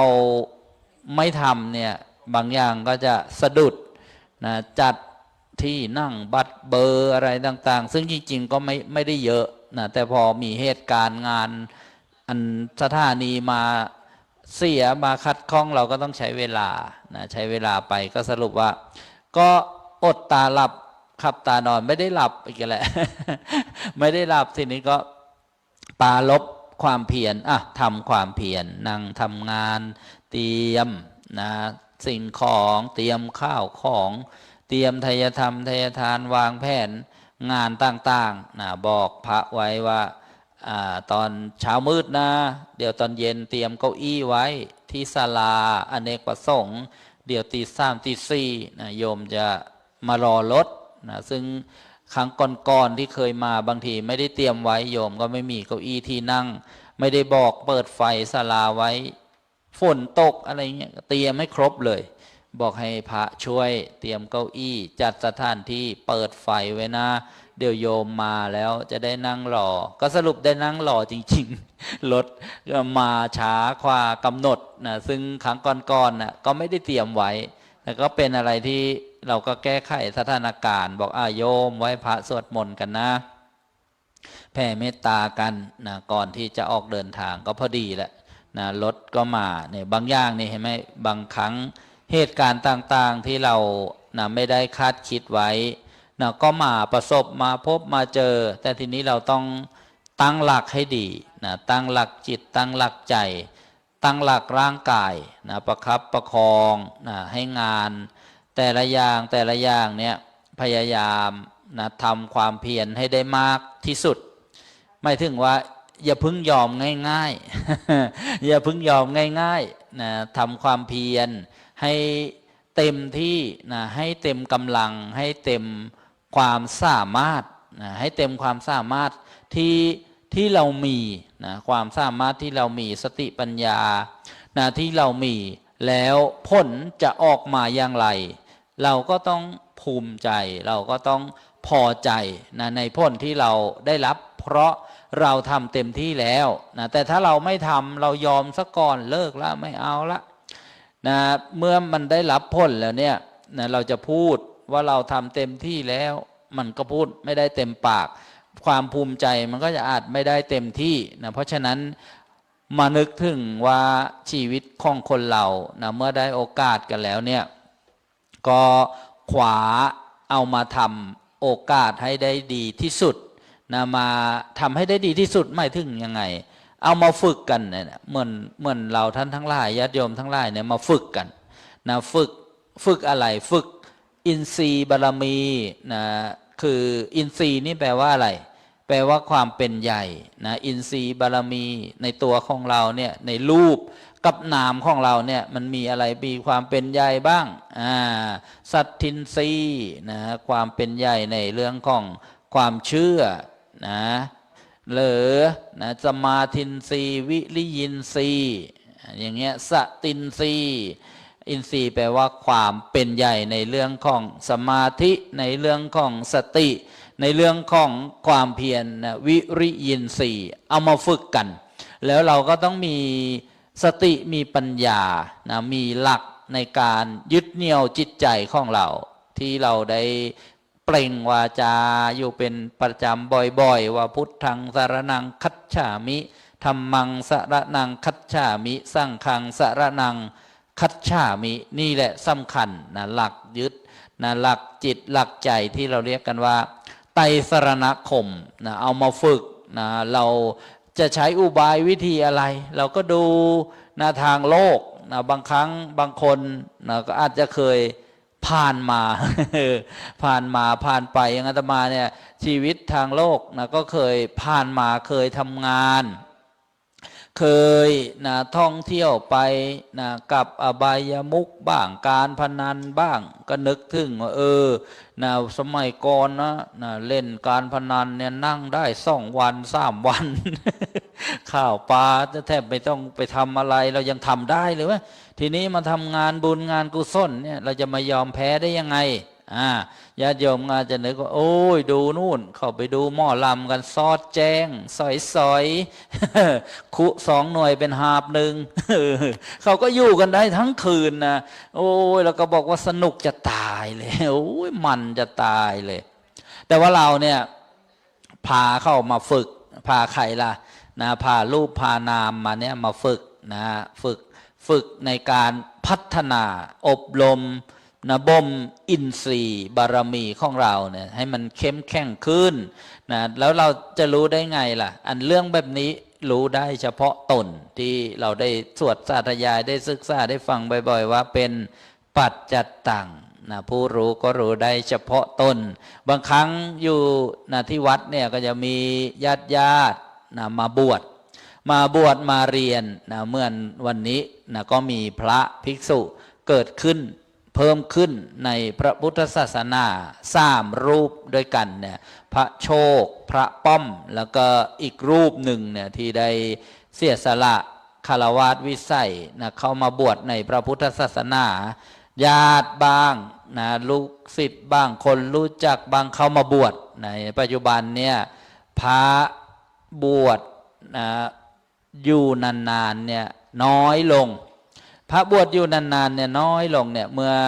2-3 วันเนี่ยก็มีนะญาติกันเข้ามาบวชแล้วก็ตั้งใจว่าจะบวช9 วัน มาบวชอยู่ด้วยกันแล้วก็สนใจนะมีความสนใจก็ถามนะเป็นญาติกันก็บอกว่าท่านก็ต้องเรียกนะว่าหลวงพี่นะเรียกอาตมาว่าหลวงพี่ว่าเราเป็นญาติกันไม่ต้องเรียกอาจารย์นะว่ามีพรรษายุการมากนะ25 พรรษาปีนี้จะเข้า26 พรรษานะจะเข้า26 พรรษาก็พรรษาก็คือฤดูฝนนั่นแหละ1 ปีก็มีฤดูฝนนะ1 ฤดูนะท่านพระครูได้กี่พรรษานะโยมพระครูจริยสารธรรมนะ54 ปี29 พรรษาท่านมีเพลงชีวประวัติของท่านใช่ไหมทำให้จำง่ายนะว่าท่านผ่านอะไรมาบ้างนะเป็นขีตะธรรมะขีตะนะธรรมะที่ประกอบไปด้วยจังหวะทำนองฟังแล้วเกิดความรู้เกิดความเข้าใจทีนี้ได้บอกว่าบวชกันแล้วอยู่กันน้อยนะแต่ก็มีความสนใจนะเนี่ยเรื่องแบบนี้ก็จะเกี่ยวกับการอบรมบ่มอินทรีย์นะว่าแต่ละคนแต่ละท่านเนี่ยต่างกันอย่างไรนะหรือมีมากมีน้อยมีย่อนฟ้ากันอย่างไรเนี่ยก็พอเข้าไปอบรมก็อยากจะฟังนะอยากจะรู้เรื่องพระพุทธศาสนาเพราะว่าใช้ชีวิตทางโลกนะไม่ค่อยได้ศึกษานะด้วยหน้าที่ด้วยการงานด้วยวิสัยนะของคฤหัสถ์นะวิสัยของทางโลกพอเขามาบวชแล้วก็อยากจะศึกษานะบอกว่าอันนู้นก็อยากจะรู้อันนี้ก็อยากจะรู้สรุปนั่งคุยกันดึกดื่นค่อนคืน บอกพอก่อนเดี๋ยวท่านจะบรรลุสักคืนนี้ พวกเนี่ยมันบางอย่างมันต้องใช้เวลานะต้องใช้นะการอบรมไปทีละเล็กทีละน้อยเหมือนพระพุทธศาสนาของเราเนี่ยคำสั่งสอนเนี่ยไม่โกรกฉันเหมือนเข้าขาดนะลาดไปตามลำดับไม่ถึงเมื่อเราเดินลงไปในท้องทะเลมหาสมุทรเนี่ยจะค่อยๆลึกไปนะเมื่อเรามาฟังก็ดีมาปฏิบัติธรรมก็ดีโอตาหลับขับตานอนเนี่ยพออินทรีย์บารมีของเราแก่กล้ายิ่งขึ้นเนี่ยเราก็จะรู้สึกว่าเราทำได้ดีกว่าเมื่อครั้งก่อนนะดีกว่าเมื่อครั้งมาใหม่ๆนะอย่าให้เหมือนหลวงพ่อพระครูวิบูลย์นะว่าไปปฏิบัติธรรมมาแล้วมันต้องดีกว่าเก่าดิไม่ใช่กลับมาบ้านละบ่นมากกว่าเดิม บอกถ้าอย่างนั้นอย่าไปเลย ไปกลับมาแล้วโอ้โหบ่นนะดูเลยอาตมาก็เปิดชมเปิดฟังกันในรถก็ได้เห็นบรรยากาศนะเวลาที่ศาลานี้ถ่ายทอดสดก็ได้ประโยชน์ นะก็ได้ประโยชน์ทีนี้ก็ได้กล่าวว่านะก็พระบวชมาใหม่นะก็อยากจะรู้อยากจะถามนะแต่ว่านะด้วยระยะเวลานะที่มีค่อนข้างจำกัดนะก็เลยเอามาคุยให้ฟังนะเอามาบรรยายให้ฟังนะว่าความเปลี่ยนแปลงต่างๆนะพระก็ลดน้อยถอยลงไปนะเวลาที่เข้ามาบวชมาศึกษามาสืบพระศาสนามาอยู่ในพระพุทธศาสนาเนี่ยก็สั้นลงไปอันนี้ก็คงจะเกี่ยวกับพวกสภาพแวดล้อมนะการเวลาต่างๆเหตุปัจจัยนะต่างๆนะเพราะฉะนั้นเนี่ยเรามาฟังว่าปรารภความเพียรอบรมบ่มอินทรีย์กันทั้งอาตมาภาพผู้เทศผู้บรรยายก็ชื่อว่าเป็นผู้ฝึกนะผู้ฝึกเหมือนญาติโยมก็เหมือนกันมาฝึกกันล้มลุกคุกคานอดตาหลับขับตานอนได้บ้างไม่ได้บ้างดีบ้างไม่ดีบ้างนะก็เหมือนเหตุการณ์ในปัจจุบันเราดูข่าวนะภิกษุนะที่จังหวัดโน้นนะทำความผิดเรื่องอันนั้นบ้างหนักบ้างเบาบ้างแตกต่างกันไปแต่ว่านะรู้สึกว่านะก็จะมีความคิดความเห็นนะตื่นตระหนกตกอกตกใจว่าเสื่อมหมดแล้วนะก็เลยบอกกับพระใหม่ว่าเนี่ยการเข้ามาบวชเนี่ยก็คือการเข้ามาฝึกการเข้ามาเรียนการเข้ามาอบรมนะฝึกเนี่ยก็เก่งบ้างไม่เก่งบ้างนะสู้ได้บ้างสู้ไม่ได้บ้างก็เป็นธรรมดานะเป็นอย่างนี้นะบางคนก็บอกว่าต้องออกกฎหมายนะถ้าภิกษุทำความผิดเนี่ยนะต้องไปถูกทำโทษทางบ้านเมืองอาตมาก็บอกไม่ต้องอย่างนั้นโยมนะถ้าเกิดไปทำถึงขั้นนั้นแล้วเนี่ยคนที่จะเข้ามาฝึกเข้ามาอบเข้ามาลมแล้วเนี่ยเขาจะหวาดกลัวนะกลัวว่าถ้าพลาดไปแล้วเนี่ยมีโทษนะมีโทษเช่นถูกจองจำนะถูกคุมขังนะแล้วก็มีบางประเทศที่ใช้วิธีการแบบนี้ซึ่งสมัยก่อนเนี่ยมีความเจริญรุ่งเรืองของพระพุทธศาสนาประเทศกว้างใหญ่ไพศาลมีชาวพุทธมากมายปัจจุบันเนี่ยหมดพระพุทธศาสนาเพราะอะไรเพราะเข้าไปถึงขั้นว่าเมื่อมาบวชแล้วต้องบวชตลอดชีวิตใครลาศึกผิดทางกฎหมายนี่เป็นความรู้นะที่เราจะได้มีความเห็นที่ถูกต้องว่าพระพุทธเจ้าของเราทรงบัญญัตินะพระธรรมพระวินัยไว้ดีแล้วนะที่ให้โอกาสนะเมื่อใครอยากจะเข้ามาฝึกนะเช่นเป็นนักบวชเป็นภิกษุนะต้องมีคุณสมบัติอย่างไรบ้างนะพระพุทธเจ้าทรงนะบัญญัติไว้ดีแล้วนะผู้บวชพระพุทธเจ้าไม่ได้บังคับนะแต่ว่าเช่นการบวชตามประเพณีบวชเรียนเนี่ยบรรพบุรุษบรรพชนพ่อแม่ปู่ย่าตายายของเราเนี่ยเห็นว่าดีงามนะที่จะทำให้กุลบุตรลูกหลานเนี่ยมีความรู้นะรู้ศีลรู้ธรรมจนถึงได้วางเป็นขนบธรรมเนียมประเพณีนะที่มีมาตั้งแต่สมัยสุโขทัยนะว่านิยมให้นะลูกหลานได้บวชได้เรียนนะจะได้เป็นคนรู้ศีลรู้ธรรมก็เรียกว่าเป็นคนสุขนะใครยังไม่บวชยังไม่ผ่านพระเรื่องเนี่ยก็บอกว่าเป็นคนดิบมันยังไม่รู้นะรู้โมรู้บาปรู้บุญอะไรนะเมื่อได้มีโอกาสเข้ามาเนี่ยถ้าเขามีบุญมีวาสนาที่จะอยู่ในพระพุทธศาสนาเนี่ยก็จะยังให้พระพุทธศาสนาให้โลกเนี่ยเจริญรุ่งเรืองด้วยศีลด้วยธรรมเป็นแผ่นดินธรรมแผ่นดินทองขึ้นมาบ้านเมืองก็มีความสิวิไลนะมีความเจริญรุ่งเรืองทั้งทางวัตถุนะทางการสัญจรอะไรต่างๆแล้วก็ที่สำคัญก็คือจิตใจนะของคนเราเนี่ยเราจะดูความเจริญนะบางทีเนี่ยเขามีความสิวิไลเจริญรุ่งเรืองแต่เพ้อไม่ได้เพ้อไม่ได้แล้วก็ไว้ใจใครไม่ได้นะเช่นนะมิจฉาชีพนะขโมยปล้นวิลักวิ่งชิงปล้นหรือนะเบียดเบียนกันทำให้ถึงขั้นจบชีวิตลงเนี่ยเราก็คงเห็นข่าวว่าบ้านเขานะมีความสิวิไลเขาบอกว่าบ้านนี้เมืองนี้พัฒนาแล้วแต่คนเนี่ยนะทำไมเป็นอย่างนี้ล่ะนะ เพ้อไม่ได้นะรถจอดก็ทุบกระจกนะเอาของมีค่าออกไปอย่างเงี้ยนะเพราะความไม่สมดุลตรงนี้แหละนะที่เราจะต้องมามองนะเราจะต้องมาดูกันนะว่าเมื่อมันเจริญไปอย่างนั้นแล้วคนกับพูดกันไม่รู้เรื่อง พูดกันไม่รู้เรื่องบางคนนี่นะเสียสติควบคุมตัวเองไม่ได้ด้วยน้ำมึนเมาบ้างด้วยยาเสพติดบ้างแล้วทีนี้เราจะอยู่กันยังไงนะเราจะอยู่กันยังไงเพราะฉะนั้นเนี่ยการได้เข้ามาบวชมาฝึกมาศึกษามาอบมารมอะไรเนี่ยยกตัวอย่างว่านะพระผู้บวชลูกหลานนะของเราบวชเข้ามาทำได้บ้างทำไม่ได้บ้างล้มลุกคุกขานก็เรียกว่าฝึกนะเหมือนนักเรียนทำข้อสอบที่เราได้ฟังครูบาอาจารย์บอกบางคนนะก็ผ่านได้บางคนก็ผ่านไม่ได้ถ้าฟังหลวงพ่อบัวเรียนก็บอกข้อสอบง่ายๆมันสำหรับนักเรียนโง่ๆอะไรเงี้ย อย่างเรามันต้อง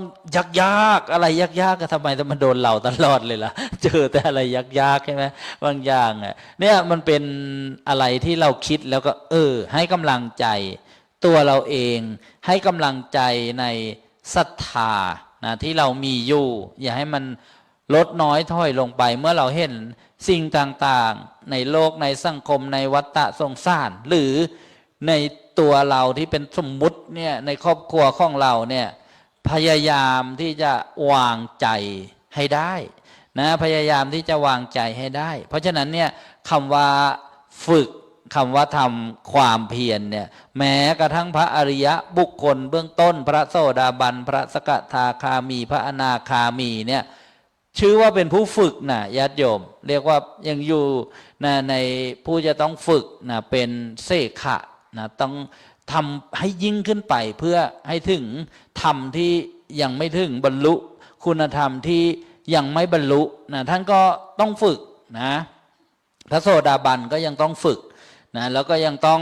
เวียนเกิดนะเวียนที่จะดับเวียนที่จะเกิดเรียกว่าเวียนเกิดเวียนตายในวัฏสงสารในหลักธรรมที่ได้ศึกษามาท่านบอกว่าคนที่ยังเวียนเกิดเรียกว่ายังแสวงหาที่เกิดอยู่ท่านบอกว่าเป็นสัมภเวสีนะเดี๋ยวก็เกิดตรงนั้นเกิดตรงนี้นะสูงบ้างต่ำบ้างกลางๆบ้างนะเพราะฉะนั้นเนี่ยเมื่อเห็นเหตุการณ์ต่างๆโอ้ธรรมดาแล้วใครล่ะที่จบการฝึกแล้วไม่ต้องฝึกก็คือพระอรหันต์นะหรือว่าองค์พระสัมมาสัมพุทธเจ้าพระอรหันตสัมมาสัมพุทธเจ้าท่านไม่มีอะไรที่จะต้องฝึกแล้วในส่วนตัวของท่านกิเลสนะได้สิ้นลงไปแล้วภพชาติสิ้นลงไปแล้วนะแล้วที่เหลือจะทำยังไงเป็นคุณทั้งนั้นเลยที่ท่านได้นะดำรงธาตุขันธ์อยู่เกื้อกูลนะแก่ชาวโลกนะทั้งเทวดามารพรหมนะมนุษย์นะต่างๆท่านเกื้อกูลนะด้วยการสั่งสอนนะเกื้อกูลด้วยการเป็นนาบุญนะพระสงฆ์เป็นนาบุญอันยิ่งใหญ่กว่านาบุญอันดีทั้งหลายนะพระสงฆ์เนี่ยเป็นหมู่นะเราน้อมไปในสงฆ์ทำบุญเนี่ยบางคนเนี่ยอย่างที่ป่าลบข้าวสารอะไรต่างๆก็สะบดออกมาบ้างอันไปเลี้ยงแมวดีกว่าไม่เลี้ยงหรอพระอะไร อย่าไปถึงขั้นนั้นนะมันแสดงออกซึ่งภูมิปัญญานะว่าคิดได้แค่นั้นหรือนะซึ่งแสดงออกในเชิงลบนะแสดงว่าเขาก็ไม่ได้ศึกษาธรรมะเขาก็ไม่ได้ทำบุญสุนทรทานนะซึ่งได้มีการแสดงออกนะซึ่งคำพูดบ้างหรือนะกิริยาอาการต่างๆบ้างเขาก็ยังไม่ค่อยเข้าใจเพราะฉะนั้นเราก็วางใจก็แล้วกันนะส่งเคราะห์ได้นะเท่าที่เราสามารถจะทำได้แล้วเราก็อยู่ในกลุ่มนะกัลยาณมิตรนะครูบาอาจารย์นะที่มีแนวความคิดนะเรียกว่ามีทิฏฐิเนี่ยที่คุยกันก็รู้เรื่องนะบอกสอนกันก็ไม่ขัดกันนะพระครูอุดมวรานุวัตรเขาบอกว่าเราต้องเป็นนะกลุ่มที่คลั่งครูบาอาจารย์ ต้องคลั่งครูบาอาจารย์ด้วยนะคลั่งนี่ไม่ถึงอะไรยกย่องเชิดชูนะครูบาอาจารย์ก็คือ คุณงามความดีของท่านเอาสักหนึ่งอย่างที่เราประทับใจที่เห็นท่านทำได้ตามคำสั่งสอนของพระสัมมาสัมพุทธเจ้าองค์นี้เราได้อย่างหนึ่งองค์นี้เราได้อย่างหนึ่ง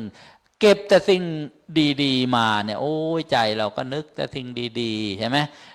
แบบอย่างในการฝึกในการอบรมเนี่ยทีละเล็กทีละน้อยมันต้องฝึกทั้งนั้นแหละโยม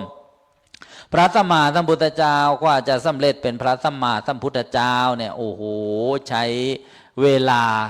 ในการทำความดีจากปุถุชนคนธรรมดา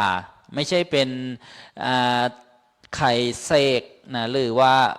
เบื้องบนดลบันดาลให้สำเร็จอย่างง่ายได้นี่เรียกว่า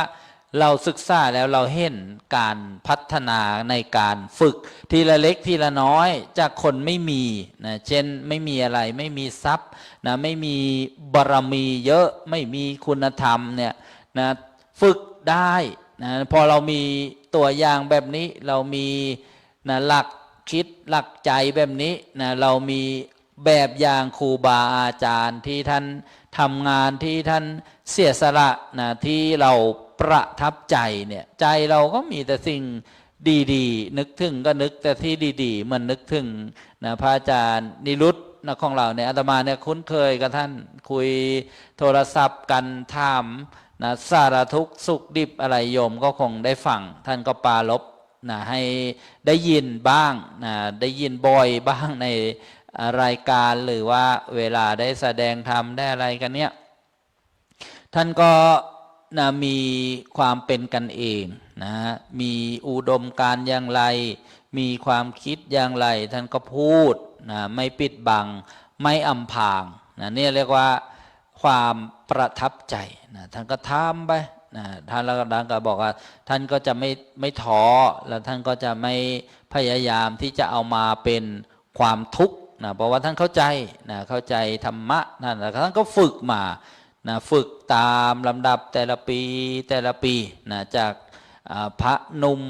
นะจากพรรษาน้อยๆเนี่ยก็เรียกว่าสั่งสมนะประสบการณ์นะสั่งสมประสบการณ์ภูมิรู้นะภูมิธรรมต่างๆนี่เราเห็นกันหนึ่งชาติอย่างเท่านี้นะต่อไปก็บำเพ็ญไปอีกโอ้โหมันก็เพิ่มมากขึ้นเพิ่มมากขึ้นเพิ่มมากขึ้นนะเพราะฉะนั้นเนี่ยเรามาฝึกมาอบรมแล้วเราก็รักในบุญกุศลนะในการสร้างคุณงามความดีในการสร้างบารมีถึงแม้ว่าจะอ่อนเพลียไปบ้างร่างกายแต่นะในกายของเราเนี่ยสิ่งที่เป็นใหญ่คืออะไรก็คือจิตใจใช่ไหมนะถ้าใจนะมีพลังนะพลังเนี่ยที่ได้บอกว่านะมีความเป็นใหญ่แล้วเนี่ยก็จะสื่อถึงกายได้นะบางสิ่งบางอย่างนะหรือสุดท้ายไม่ไหวกายไม่ไหวไปด้วยเหตุปัจจัยที่จะต้องนะเสื่อมไปสลายไปใจก็ยังพุทธผ่องใสนะใจก็ไม่เศร้าหมองโอ้ยชีวิตเนี้ยโยมนะจะเอาอะไรมา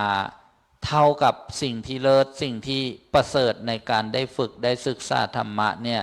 นะมันก็คงจะยากนะไม่ว่าจะเป็นวัตถุนะทางภายนอกที่ได้บอกว่าคุณจะมีบ้านหลังโตหรือว่ามีเงินทองมีรถมีอะไรที่มันมากแล้วถ้าใจนะไม่มีซึ่งคุณธรรมนะศีลธรรมบารมีต่างๆเนี่ยบางครั้งเราอาจจะบอกว่าขาดทุนซะแล้วนะในการที่ได้เกิดมาเป็นมนุษย์นะพบพระพุทธศาสนาได้ฟังเทศฟังธรรมการอุบัติบังเกิดของพระสัมมาสัมพุทธเจ้าเนี่ยไม่ใช่จะมีกันง่ายๆนะในการบำเพ็ญบารมีนะอย่างพระพุทธเจ้าของเรา20อสงไขยกับอีกแสนกับนะทีละเล็กทีละน้อยจากปุถุชนคนธรรมดานะจนมาเป็นกัลยาณชนมานะเป็นอริยบุคคลนะแล้วก็สำเร็จความเป็นพระสัมมาสัมพุทธเจ้านะได้แสดงธรรมโปรดเราเวนยสัตว์อยู่45ปีมีผู้มาฟังธรรมนะมาศึกษาธรรมมาประพฤติปฏิบัติธรรมแล้วก็ได้บรรลุธรรมตามบุญญาวาสนาบารมีนะที่ท่านเหล่านั้นเนี่ยได้สั่งสมอบรมมา นะเช่นในสมัยพุทธกาลเนี่ยนะก็มีครอบครัวเศรษฐีอยู่ครอบครัวหนึ่งนะมีลูกชายนะชื่อรัฐปาละนะหรือว่ารัฐบาลนะพระรัฐบาลที่เคยได้บรรยายให้โยมได้ฟังอาตมาก็ประทับใจนะเพราะว่ามีอยู่ครั้งหนึ่งพระพุทธเจ้าไปเผยแผ่พระพุทธศาสนาแสดงธรรมโปรดนะเวนยสัตว์นะเวนยสัตว์ก็คือผู้ที่รับฟังนะผู้ที่โปรดได้นะเรียกว่าเวไนยนะพุทธเวไนยหมายถึงว่าจะต้องฟังธรรมจากพระพุทธเจ้าแล้วจึงบรรลุอย่างนี้เป็นต้นที่แคว้นกุรุในสมัยพระพุทธเจ้ามีพระชนชีพอยู่เนี่ยพระพุทธเจ้าก็ไปแสดงธรรมญาติโยมก็มาฟังธรรมกันนะแล้วทีนี้นะลูกเศรษฐีที่ชื่อรัฐบาลเนี่ยก็มาฟังด้วยมาฟังธรรมกับคนเยอะๆนะแล้วก็เกิดความเข้าใจนะในธรรมะที่พระพุทธเจ้าแสดงแต่ทีนี้นะก็รอจังหวะนะตอนที่พระพุทธเจ้าแสดงธรรมจบเทศจบแล้วคนต่างๆก็ไปกราบลาพระพุทธเจ้ากลับบ้านนะคนสมัยพุทธกาลเนี่ยที่มาวัดเนี่ยมาเพื่อฟังธรรมนะมาฟังธรรมมาทำบุญนะถวายทานมาฟังธรรมนะแล้วก็กลับไปบ้านนะหรือถืออุโบสถศีลก็ถืออยู่ที่บ้านนะมาวัดก็มาฟังธรรม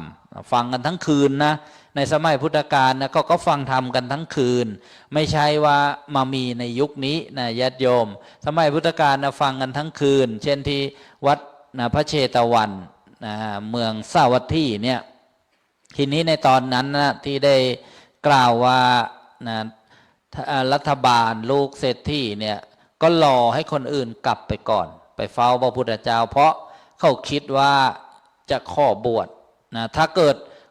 เข้าไปพูดตอนที่คนอยู่เยอะๆเนี่ยซึ่งเป็นคนรู้จักเดี๋ยวคนเหล่านั้นจะ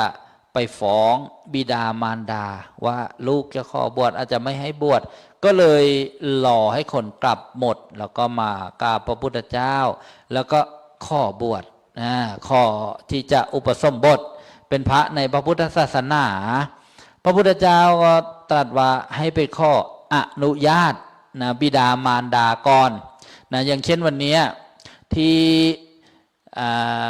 พระโชคชัยนะหรือเดิมเราก็เรียกทิศโชคกับติดปากทิศป้อมอย่างพระครูอุดมก็บอกทิศโชคไปไหน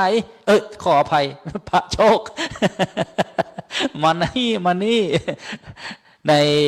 พิธีอุปสมบทในโบสถ์วันนี้ก็อาตมาก็เปิดในรถใช่ไหมพอตอนเสี่ยงทำสังฆกรรมเป็นภาษาบาลีอาตมาก็บรรยายหรือว่าพูดอธิบายนะตามที่ได้เรียนมานี่โยมขั้นตอนนี้นะเรียกว่าอะไรมีความสำคัญอย่างไรนะพระอุปชาคือใครนะพูดแปลว่าพระอุปชาเนี่ยนะเป็นผู้ที่นำผู้ที่จะบวชเข้ามาในหมู่สงฆ์นะเป็นผู้ชักนำเข้ามาถ้าแปลว่าผู้เพ่งดูที่จะอบรมไม่ถึงว่ามีนาคนะผู้ที่จะมาสู่ทางอันประเสริฐเนี่ยนาคะเนี่ยนะแปลว่าผู้ที่ประเสริฐก็ได้หรือนะเป็นตำนานของนาคฝากชื่อไว้เอาแล้วก็ว่าพระอุปชาเนี่ยมาแจ้งกับที่ประชุมสงฆ์นะว่ามีคนนี้นะต้องการจะอุปสมบทโดยมีการตรวจสอบคุณสมบัตินะที่พระพุทธเจ้าทรงบัญญัติไว้เช่นไม่เป็นโรคติดต่อร้ายแรง5 อย่างที่เราถ้าเข้าไปในโบสถ์เราจะเห็นว่าพระท่านไปถามอะไรกันนะกุฏทังคันโทกีฬาโซอัปปมาโรนะก็ท่านถามว่าเจ้านะเป็นโรคเลื้อนไหมเป็นโรคลมบ้ามู่ไหมเป็นโรคหอบหืดไหมนะเป็นโรคมองคลอไหมเป็นโรคโปลิโอไหมอย่างเงี้ยถ้าเป็นโรคเหล่านี้ห้ามนะเพราะว่าในสมัยพุทธกาลเนี่ยนะมีอยู่เหตุการณ์หนึ่งหม้อชีวกโกมาลพัทนะเป็นหม้อที่เก่งมากแล้วก็ได้ถวายการรักษาพระพุทธเจ้าพระสงฆ์แล้วตอนที่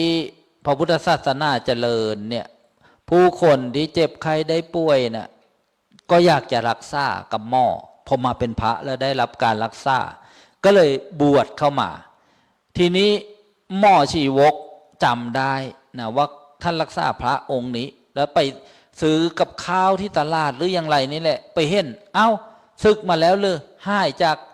รักษาแล้วศึกอ้าวแสดงว่าบวชมาเพื่อจะมารับการรักษาฟรีนะบวชแล้วรักษาฟรีทุกโลกนี่เองก็เลยขอพรพระพุทธเจ้าว่าต่อไปเนี้ยขอให้บัญญัติว่าใครที่เป็นโรคติดต่อเหล่านี้นะที่เข้ามาสู่ในสังคมส่งแล้วเนี่ยจะทำให้เกิดโรคระบาดอะไรต่างๆไม่ให้บวชขาดคุณสมบัติอย่างเงี้ยนะแล้วก็นอกจากเรื่องโรคภัยไข้เจ็บอะไรที่จะต้องสอบถามกันก่อนก็จะมีเรื่องนะบิดามารดาของเจ้าเนี่ยอนุญาตหรือยังอนุญญาโตสิมาตาปิตุหิว่ามีอยู่ข้อหนึ่งเนี่ยถามว่าบิดามารดาของผู้ที่จะบวชเนี่ยอนุญาตหรือยังนะแล้วก็มีคำว่ามนุษย์โสสิเจ้าเป็นมนุษย์หรือเปล่าเจ้ามีอายุครบ20 ปีหรือยังมีเป็นหนี้สินใครหรือเปล่าเป็นคนของพระราชาหรือเปล่าหมายถึงเป็นข้าราชการหรือเปล่าถ้าเป็นต้องได้รับอนุญาตก่อนก็จะมีที่มาทีนี้จะกล่าวว่าในเรื่องของการที่จะต้องไปถามว่าบิดามารดาเนี่ยอนุญาตหรือยังก็คือตอนที่พระพุทธเจ้าไปโปรดพระประยุรญาตินะโปรดพุทธบิดาที่เมืองกบิลพัสแล้วทีนี้อดีตชายาของพระพุทธเจ้าพระนางพิมพาเนี่ยให้ราหุลกุมารนะซึ่งเป็นโอรสของเจ้าชายสิทธัตถะหรือพระพุทธเจ้าเนี่ยมาขอทรัพย์สมบัตินะแล้วพระพุทธเจ้าให้พระสารีบุตรบวชเนรให้บิดา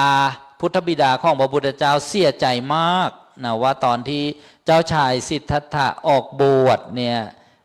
ท่านก็เสียพระทัยเสียใจนะว่าจะให้ครองเมืองแต่ใจหนึ่งก็ยังอุ่นใจว่ายังมีล้านชายล้านที่เพิ่งประสูติตอนนั้นนะก็คือราหุลกุมารแต่ตอนนี้ล้านก็มาบวชเสียแล้วก็เลยขอพรกับพระพุทธเจ้าขออนุญาตนะว่าต่อไปนี้ถ้าพระพุทธเจ้าจะบวชใครขอให้พ่อแม่ของเขาเนี่ยอนุญาตก่อนนะพระพุทธเจ้าก็ประทานพรนั้นแล้วก็บัญญัติจนมาถึงปัจจุบันนะทีนี้กล่าวถึงว่าลูกเศรษฐีชื่อรัฐบาลเนี่ยจะบวชพระพุทธเจ้านะก็เลยให้ไปขออนุญาตบิดามารดานะสรุปเขาก็ไปขออนุญาตบิดามารดาไม่อนุญาต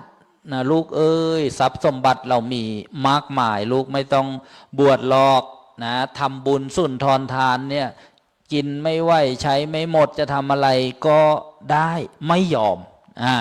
นี่คือผู้มีศรัทธาที่แน่วแน่ไม่ยอมแล้วทำยังไงท่านก็ประท้วงนะอดอาหารนอนอยู่ตรงนั้นแหละไม่ทำอะไรทั้งนั้นพ่อแม่ก็คิดว่าพูดยังไงก็ไม่ยอมก็เลยไปให้เพื่อนของเขาเนี่ยช่วยมาพูดเพื่อนก็มาพูดอย่าไปบวชมันลำบากนะคนบวชเนี่ยอยากได้ร้อนก็ได้เย็นกิจของพระเนี่ยมันยากหลายอย่างนะท่านก็ไม่ยอมไม่ยอมแล้วเพื่อนก็บอกกับพ่อกับแม่ว่าถ้าเขาไม่ยอมลุกแล้วก็ไม่กินอาหารเนี่ยก็ตายนะก็ไม่มีชีวิตอยู่พ่อแม่ก็ได้เห็นเข้าแค่นี้แล้วนะแต่ถ้าเขาได้ออกไปบวชเนี่ยเดี๋ยวเขาไปเจอการฝึกการสอนเนี่ยเขาทนไม่ไหวเดี๋ยวเขาก็กลับมาลาสิกขาลาศึกอะเหมือนมารดาของพระสารีบุตรนะนางสารีพรรมณีก็เฝ้ารอนะว่าลูกชายนะเมื่อไหร่นะจะศึกมาเพราะว่ามีสมบัติมากมายเป็นเศรษฐีใช่ไหมทีนี้รัฐบาลลูกเศรษฐีเนี่ยก็นอนเพื่อนก็มากล่อมก็ไ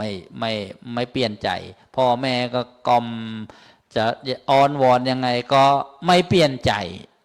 เพื่อนก็บอกว่าให้เขาบวชไปเถอะเดี๋ยวเขาไม่ไหวแล้วเขาก็ลาศึกมาเองเราก็ยังได้ลูกอยู่กับเรานะอย่างนี้เป็นต้น ก็เลยอนุญาตนะให้ออกบวชนะออกบวชแล้วพ่อแม่ก็บอกว่ามาโปรดพ่อแม่บ้างนะท่านก็ไปนะเจริญทำกรรมฐานทำสมณธรรมนู่นนะจนได้บรรลุเป็นพระอรหันต์นะแล้วก็ได้มาโปรดนะบิดามารดานะแล้วก็นะได้เป็นพระในพระพุทธศาสนานะผู้บวชโดยศรัทธานะชื่อพระรัฐบาลเนี่ยเป็นลูกเศรษฐีนะได้มีศรัทธาได้ออกบวชนะแล้วก็ได้สอนธรรมะนะมีพระราชาพระองค์หนึ่งพระเจ้าโกรพยะเนี่ยมาพบนะแล้วก็ได้ยินชื่อเสียงว่าเป็นลูกเศรษฐีท่านก็ถามว่านะคนที่ท่านเคยเห็นมาแล้วออกบวชเนี่ยบางคนเนี่ยก็มีความเสื่อมเกิดขึ้นบางคนเสื่อมทรัพย์หมดทรัพย์สิ้นแล้วนะก็มาบวชบางคนเนี่ยนะสังขารเสื่อมพออายุมากขึ้นทำงานไม่ไหวก็มาบวชนะบางคนนี่นะเสื่อมญาตินะไม่มีญาติพี่น้องอะไรนะก็มาบวชบางคนก็นะไม่มีอาหารการกินก็มาบวชแต่ท่านพระรัฐบาลเนี่ยมีทุกอย่างเลยก็ยังแข็งแรงมีทรัพย์มีญาติมีความสมบูรณ์ทางคฤหัสถ์ทำไมบวชท่านก็บอกว่าโอ้ท่านได้ไปฟังธรรมะกับพระพุทธเจ้ามาว่าโลกเนี่ยมันไม่มีอะไรต้านทานนะความแก่ความเจ็บไข้ได้ป่วยความพัดภาคนะความนะประสบกับความทุกข์เนี่ยนะเราบังคับอะไรไม่ได้เลยเมื่อพิจารณาอย่างนี้นะนี่ว่าโดยสรุปนะให้เหมาะกับเวลานะท่านก็เลยออกบวชนะเพราะฉะนั้นเนี่ยการบวชนะแปลว่าอะไรคำว่าบวชเนี่ยมาจากภาษาบาลีว่าปวชะนะแปลว่าเว้นเว้นทั่วหรือเว้นสิ่งที่ไม่ดีงามเรียกว่าเว้นจากความชั่วนะก็จึงเรียกว่าการบวชนะเพราะฉะนั้นเมื่อบวชมาแล้วนะก็ต้องอยู่กับพระอุปชฌาย์แปลว่าผู้ที่จะคอยเพ่งดูสั่งสอนอย่างกับภิกษุบวชใหม่เนี่ยเป็นพระนวกะต้องอยู่กับพระอุปชฌาย์หรือพระอาจารย์5 พรรษานะจึงจะรู้นะว่าสิ่งใดควรประพฤติไม่ควรประพฤติพอ5 พรรษาเนี่ยท่านจะประเมินนะประเมินครั้งหนึ่งว่าสามารถที่จะปกครองตัวเองได้ไหมการจะปกครองตัวเองคืออะไรล่ะรู้พระวินัยไหมนะทรงจำพระปาติโมกข์ได้ไหมนะรู้ไหมว่าภิกษุต้องเว้นอะไรบ้างฝึกอะไรบ้างถ้ายังไม่ผ่านการประเมินพระอุปชฌาย์ก็ยังไม่ปล่อยให้ไปอยู่เองก็เรียกว่ายังปกครองตนเองไม่ได้นะยังไม่พ้นนิสัยยังไม่พ้นจากการฝึกกับครูบาอาจารย์ต้องอยู่ต่อไปถ้าทำได้นะรู้พระธรรมวินัยรู้พระปาติโมกข์ศีลมีเท่าไหร่นะต้องเข้าแล้วต้องทำอย่างไรบ้างท่านก็จะให้เป็น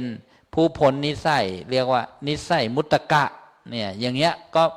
มีลำดับน่าศึกษาในพระพุทธศาสนาของเราโยมก็ศึกษาได้ว่าการบวชเป็นอย่างนี้อย่างนี้อย่างนี้เมื่อบวชมาแล้วนะต้องทำอย่างนี้อย่างนี้อย่างนี้นะเจริญนะในไตรสิกขาแปลว่าการศึกษานะหรือว่าการฝึกสิกขาของภิกษุนะผู้บวชมี3 อย่างนะศีลสมาธิปัญญานะส่วนญาติโยมล่ะเป็นชาวบ้านก็ต้องมีการศึกษาสิกขาของญาติโยมที่จะลืมไม่ได้เลยทานศีลภาวนาจะลืมไม่ได้เลยทานการให้ศีลการรักษากายวาจาให้เรียบร้อยภาวนานะฝึกทำให้มีให้เกิดขึ้นสิ่งใดที่ยังไม่มีนะศรัทธานะสตินะวิริยะสมาธิปัญญา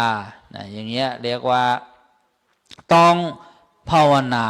นะเดี๋ยวนี้อาตมาเมื่อเร็วๆนี้ไปงานทำบุญขึ้นบ้านใหม่เจ้าภาพเขาก็ให้เจิมแป้งเลยอาตมาก็ให้พระเถระที่รองลงไปอาจารย์มาบิณฑบาตแถวนี้โปรดญาติโยมหน่อยเจิมให้หน่อยท่านก็ไม่เอา ก็ให้อาตมาเป็นหน้าที่เจิมอาตมาก็เจิมเนี่ยเคยเรียนมาว่าครูบาอาจารย์บอกว่าเจิมเนี่ยมันก็หมายถึงว่าเริ่มใช้งานนะมันหมายถึงว่าเขามีคติศาสนาเก่าเช่นศาสนาพราหมณ์อะไรก็ต้องให้พราหมณ์เจิมก่อนจะขึ้นบ้านใหม่ก็เชิญพราหมณ์มานอนเต็มบ้านเลย นะอินเดียนะจะผู้หญิงจะมีสามีต้องเอาไปให้พราหมณ์นอนก่อนเจิมก่อนอีก แล้วค่อยเสสร้างมังคลายาจามิเอามาใช้อันนี้เรื่องจริงนะทีนี้ก็เลยว่าโอ้เจิมเนี่ยแปลว่าเริ่มใช้งานนะทำให้เป็นร่องเป็นรอยแต่หมายก็จะภาษาอันโน้นกันอันนี้เราก็ทีแรกพระเถระที่เป็นหลองลงไปบอกผมไม่ได้เรียนทางนี้มาก็เราก็ไม่ได้เรียนนี่ว่าภาษาอะไรภาษายันนะเราก็ไม่ได้เรียนเว้ยเอางี้ก็แล้วกันเจิมภาษาไทยเลยดิ เอาแป้งมาคนพุทธธรรมสงฆ์ทำให้คือหน่อยนะทานศีลภาวนา เขียนเข้าไป เอาให้บางอย่างเนี่ยอาจจะดูไม่คั่งไม่ศักดิ์สิทธิ์ ก็นี่ก็คือคำสอนนะถ้าทำได้ไหมล่ะโยมทำได้ไหมล่ะบ้านอยากให้มีความสุขก็ทำตามนี้แหละให้มีศรัทธาในพระรัตนตรัยพระพุทธพระธรรมพระสงฆ์นะให้มีการฝึกในเรื่องทานนะการให้ศีลรักษากายวาจาให้เรียบร้อยภาวนาเนี่ยนะทำให้มันมีให้เกิดขึ้นอย่าเกิดมาอยู่เปล่านะตายเปล่าไปเปล่าไม่ได้เลิศไม่ได้ประเสริฐอะไรบางทีที่ได้บอกว่าขาดทุนอย่างกับเราเนี่ยภาวนากันอยู่บ้านเนี่ยภาวนามีเครื่องรับวิทยุเสียงธรรมะลอยไปตามอากาศนะ5 เครื่องนะมารับฟังกันโอ้ยเพลินนะวันหนึ่งแป๊บเดียว24 ชั่วโมงเดี๋ยวหมดชั่วโมงอีกแล้วหรือเดี๋ยวหมดวันอีกแล้วหรือให้มันมีนะสาระนะมีคุณค่าเพิ่มเข้ามาชีวิตเราก็จะดีขึ้นนะบางคนทำบุญแล้วไม่ดีเลยมีเหตุเป็นนั้นให้รู้ไว้ว่านั้นมันไม่ใช่ผลของบุญความทุกข์นั้นเป็นผลของอกุศลนะบางทีเราทำมานานแล้วนะความสุขเนี่ยเป็นผลของบุญนะสุขใจได้จักใจนะผมก็มีหลายประสบการณ์ทั้งตัวเองทั้งญาติโยมนะมาเล่าสู่ฟังเพราะฉะนั้นเนี่ยงานนะบำเพ็ญกุศลว่าละโอกาสครบ100 วันนะการมรณภาพพระครูจริยสารธรรมก็ดีนะหรือของหลวงพ่ออำนาจหลวงตาอำนาจสุจิตโตก็ดีนะเราทำให้มีสาระเกิดขึ้นนะเรียกว่าทำกันเต็มกำลังนะเต็มที่เต็มความสามารถยิ่งมีอุปสรรคมีข้อขัดข้องนั่นแหละเป็นเครื่องพิสูจน์นะพิสูจน์อะไรนะพิสูจน์ท่านนั้นว่าเราจะแก้ไขสถานการณ์ไปได้ไหมนะจะฝ่าฟันอุปสรรคทำให้ดีที่สุดเต็มกำลังนะดูอย่างพระครูอุดมวรานุวัตรนะแล้วก็ญาติโยมทีมงานนะทั้งฝ่ายพระฝ่ายโยมนะเมื่องานพระราชทานเพลิงศพใช่ไหมอาตมานะโดนหลวงพ่อไม่ตีล้อ ต้นไปแอบข้างเสา พระครูอุดมก็สวดอิติปิโสเอาโน้มานี่มาลมปุงปังอาตมาก็เอาเสาคนเสา122 ต้นนี่ไว้ก่อนแล้ว 112 ต้นนี่แหละอะไรอย่างเงี้ยนี่ก็เรียกว่าได้เห็นนะได้เห็นภูมิรู้ภูมิธรรมนะหรือว่าบารมีนะก็จะผ่านกันไปเนี่ยก็ครบว่าละโอกาสก็มาได้กล่าวสิ่งละอันพันละน้อยนะเป็นสาระบ้างไม่เป็นสาระบ้างญาติโยมก็ได้ฟังนะได้มาเป็นเพื่อนเป็นกัลยาณมิตรนะเป็นสหธรรมิกนะปฏิบัติธรรมรวมกันปลื้มอกปลื้มใจนึกถึงท่านพระครูจริยสารธรรมท่านก็วางแนวทาง นะไม่ใช่วางอย่างเดียวท่านทำแนวทางไว้ให้มีการถ่ายทอดให้มีการถ่ายทำท่านบอกว่าจะได้มีผลงานที่จะเผยแพร่นะที่จะเหลือไว้ในโลกใบนี้นะในเรื่องของสิ่งบันทึกเทคโนโลยีต่างๆได้ตราบนานเท่านานให้พุทธศาสนิกชนได้ชมนะเนี่ยโยมพ่อโยมแม่อาตมาเนี่ยก็ลุกไม่ไหวไปไม่ได้ก็ได้ชมได้ฟังได้เกิดข้อคิดนะสิ่งละอันพันละน้อยเตือนจิตสะกิดใจได้เห็นภาพเนี่ยก่อให้เกิดบุญทานการกุศลแล้วก็จะได้เจริญทานศีลภาวนาศีลสมาธิปัญญาเพราะฉะนั้นเนี่ยเรายังไม่ถึงฝากฝั่งพระนิพพานเราต้องฝึกนะถ้าเราหยุดเสร็จแล้วนะมันก็เหมือนปลาตายมันก็ไปตามน้ำไม่ทวนกระแสนะเสร็จนะกระแสโลกมันก็ดึงเอาไปเป็นพวกเราก็ต้องทวนไปเรื่อยนะคนเดินทวนน้ำมันไม่มีใครบอกว่าเดินสบายหรอกใช่ปะมันฝืนกระแสต่างๆมันฝืนแต่ถ้าเราได้ฝึกกำลังมันก็จะมากขึ้นนี่แหละ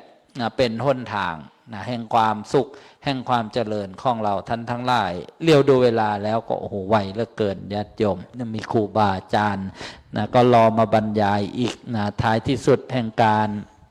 มากล่าวเสริมธรรมเสริมปัญญาก็ดูเวลาแล้วก็คงจะบรรยายต่อไปไม่ได้ขออาราธนาคุณพระศรีรัตนตรัยมีคุณพระพุทธเจ้าคุณพระธรรมคุณพระสงฆ์คุณงามความดีบุญญาบารมีของครูบาอาจารย์กรรมฐานทุกรูปทุกองค์คุณบุญญาบารมีของครูบาอาจารย์ที่ได้เผยแผ่สั่งสอนพระพุทธศาสนามาคุณบุญญาบารมีของพระครูจริยะสารธรรมนิรุตนิติสาโรที่ได้สั่งสมอบรมและบำเพ็ญเพียรมาดีแล้วคุณบุญญาบารมีของหลวงตาอำนาจสุจิตโตที่ได้บำเพ็ญเพียรมาดีแล้วบุญกุศลบารมีของครูบาอาจารย์ที่เมตตามารวมด้วยช่วยงานบรรยายธรรมในวันนี้และบุญบารมีที่อาตมาภาพได้สั่งสมอบรมมาดีแล้วขอบุญบารมีกุศลทั้งหลายเหล่านั้นจงมาเป็นตบะเป็นเดชะเป็นบารวะปัจจัยเป็นร่มพุทธธรรมปกปักรักษาปกป้องคุ้มครองเราท่านทั้งหลายให้มีความสุขมีความเจริญสูงส่งยิ่งขึ้นไปผู้ใดมีทุกข์ก็ขอให้พ้นจากทุกข์ผู้ใดมีโศกก็ขอให้หายจากโศกผู้ใดมีโรคก็ขอให้หายจากโรคผู้ใดเป็นหนี้ก็ขอให้หลุดจากหนี้ได้เป็นเศรษฐีมหาเศรษฐีผู้ใจบุญค้ำจุนพระพุทธศาสนาได้ศึกษาธรรมะและประพฤติปฏิบัติธรรมนำตนในพ้นทุกข์ถึงสุขอันไพบูรณ์กล่าวคือมรรคผลพระนิพพานขอให้ทุกท่านเป็นผู้ที่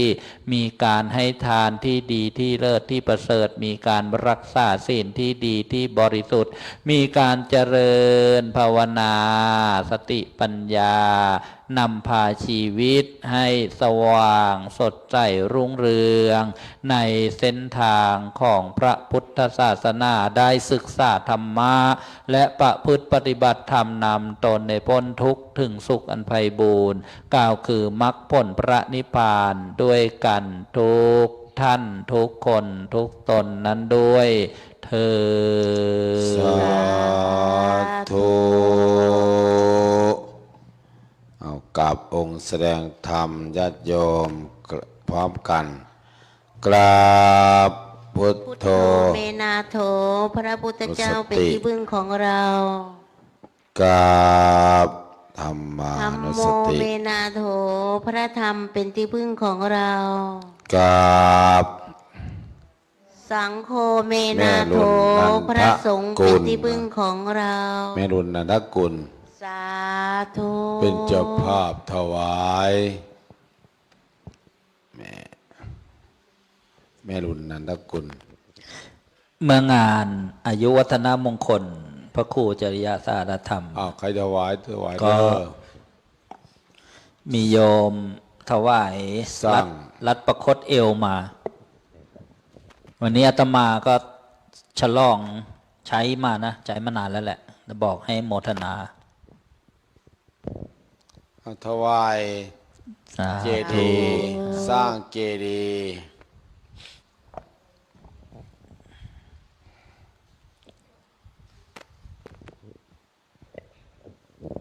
อาจารย์แม็ก โมทนาสาธุ สาธุ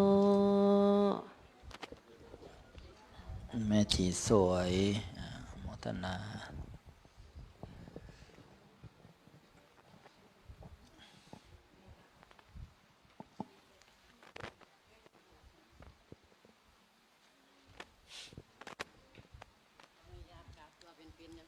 อ้าวกราบตัวเป็นๆ ดิ้นได้นะ ธรรมะเสียงเนอต่อไปก็ธรรมะเสียงเนอเด้อเนอจังหวัดตราดฮิอายม โมทนาทุกท่านทักทายไม่ทั่วบางทีลงรถแล้วก็เปลี่ยนอากาศบางอะไรบางโยมอย่าคิดว่าอาตมายิ่งมองไม่เห็นนะบางทีกิจกรรมต่างๆอันโมทนานะบาทสลึงก็ถึงนิพพาน โยมใหญ่ที่ฟังวิทยุเขาบอกโอ้โหเจริญทานม่านครับพระครูอุดม สร้างไอ้สถานีค่าไฟเดือนหน้าแล้วมาแล้ว ก็เลยบอกญาติโยมว่าอย่าไปคิดว่าเป็นภาระโยมคิดว่าเป็นบุญใหญ่เราทำตามศรัทธาชื่อว่าน้อยไม่มีขอให้ได้ทำ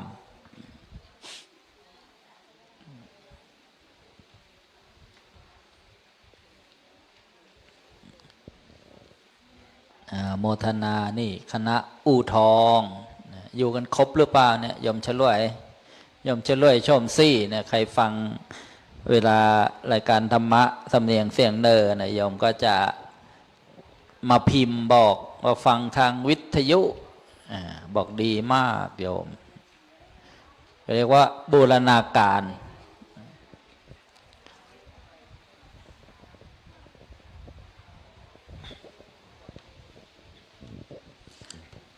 อนุโมทนานะตรวจน้ำอุทิศบุญน้อมจิตถวายบุญกุศล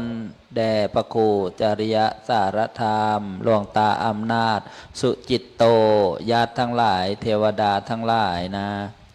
ยะถาวาริวะหาปุราปริปุเรนติสาครังเอวะเมวะอิโตทินังเปตานังอุปกปปติอิชิตังบัติตังตุมหังคิปะเมวะสามิชตุสัพเพปุเรนตุสังกปาจันโทปนารโสยะถามณิโชติระโสยะถาสัพพิติโยวิวัชชันตุสัพพะโรโควินัสตุมาเตภวัตวันตรายโยสุขีทีขายุโกภวะอภิวาธนาสีลิสะนิจจังวุตตาปัจจายโนจัตตารโอธรรมาวัฏันติอายุวันโนสุขังพลังภวตุสัพพมังคลังขอสัพพมงคลจงมีแก่ท่านรักขันตุสัพพเทวตาขอเล่าเทวดาทั้งปวงจงรักษาท่านสัพพพุทธานุภาเวนะด้วยอานุภาพแห่งพระพุทธเจ้าทั้งปวงสัพพธรรมานุภาเวนะด้วยอานุภาพแห่งพระธรรมทั้งปวงสัพพสังฆานุภาเวนะด้วยอานุภาพแห่งพระสงฆ์ทั้งปวงสัทธาโสติภวันตุเตขอความสวัสดีทั้งหลายจงมีแก่ท่านทุกเมื่อเถิด สาธุโอ้ฝนตกพอดี ตรวจน้ำใหญ่กับอนุโมทนาอาจารย์สรายุทธนะสิริสาโลอาจารย์ต้นจากสาธุเรดิโอรูปต่อไปก็อาจารย์พระอาจารย์สุธรรมเห็นปะคตะอะไรนะสาโลหรืออาจารย์แม็กธรรมะเสียงเนอจากจังหวัดตราดเนออันนี้จะมาปลูกโยมโยมฮะคนไหนโนม แล้วก็ต่อไปด้วยอาจารย์มหาปอดเสร็จเพื่อพาทำวัดสั้นๆเพื่อเมตตาอาตมาก็จะมาปิดท้ายรูปต่อไปกราบนิมนต์จะส่งอาจารย์ขึ้นธรรมาสน์ก่อนนิมนต์อาจารย์แม็กอาจารย์มหาแม็ก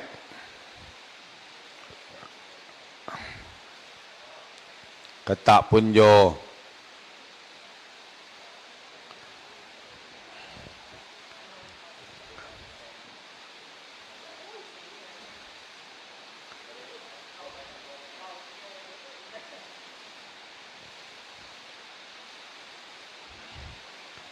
อายมเตรียมพร้อม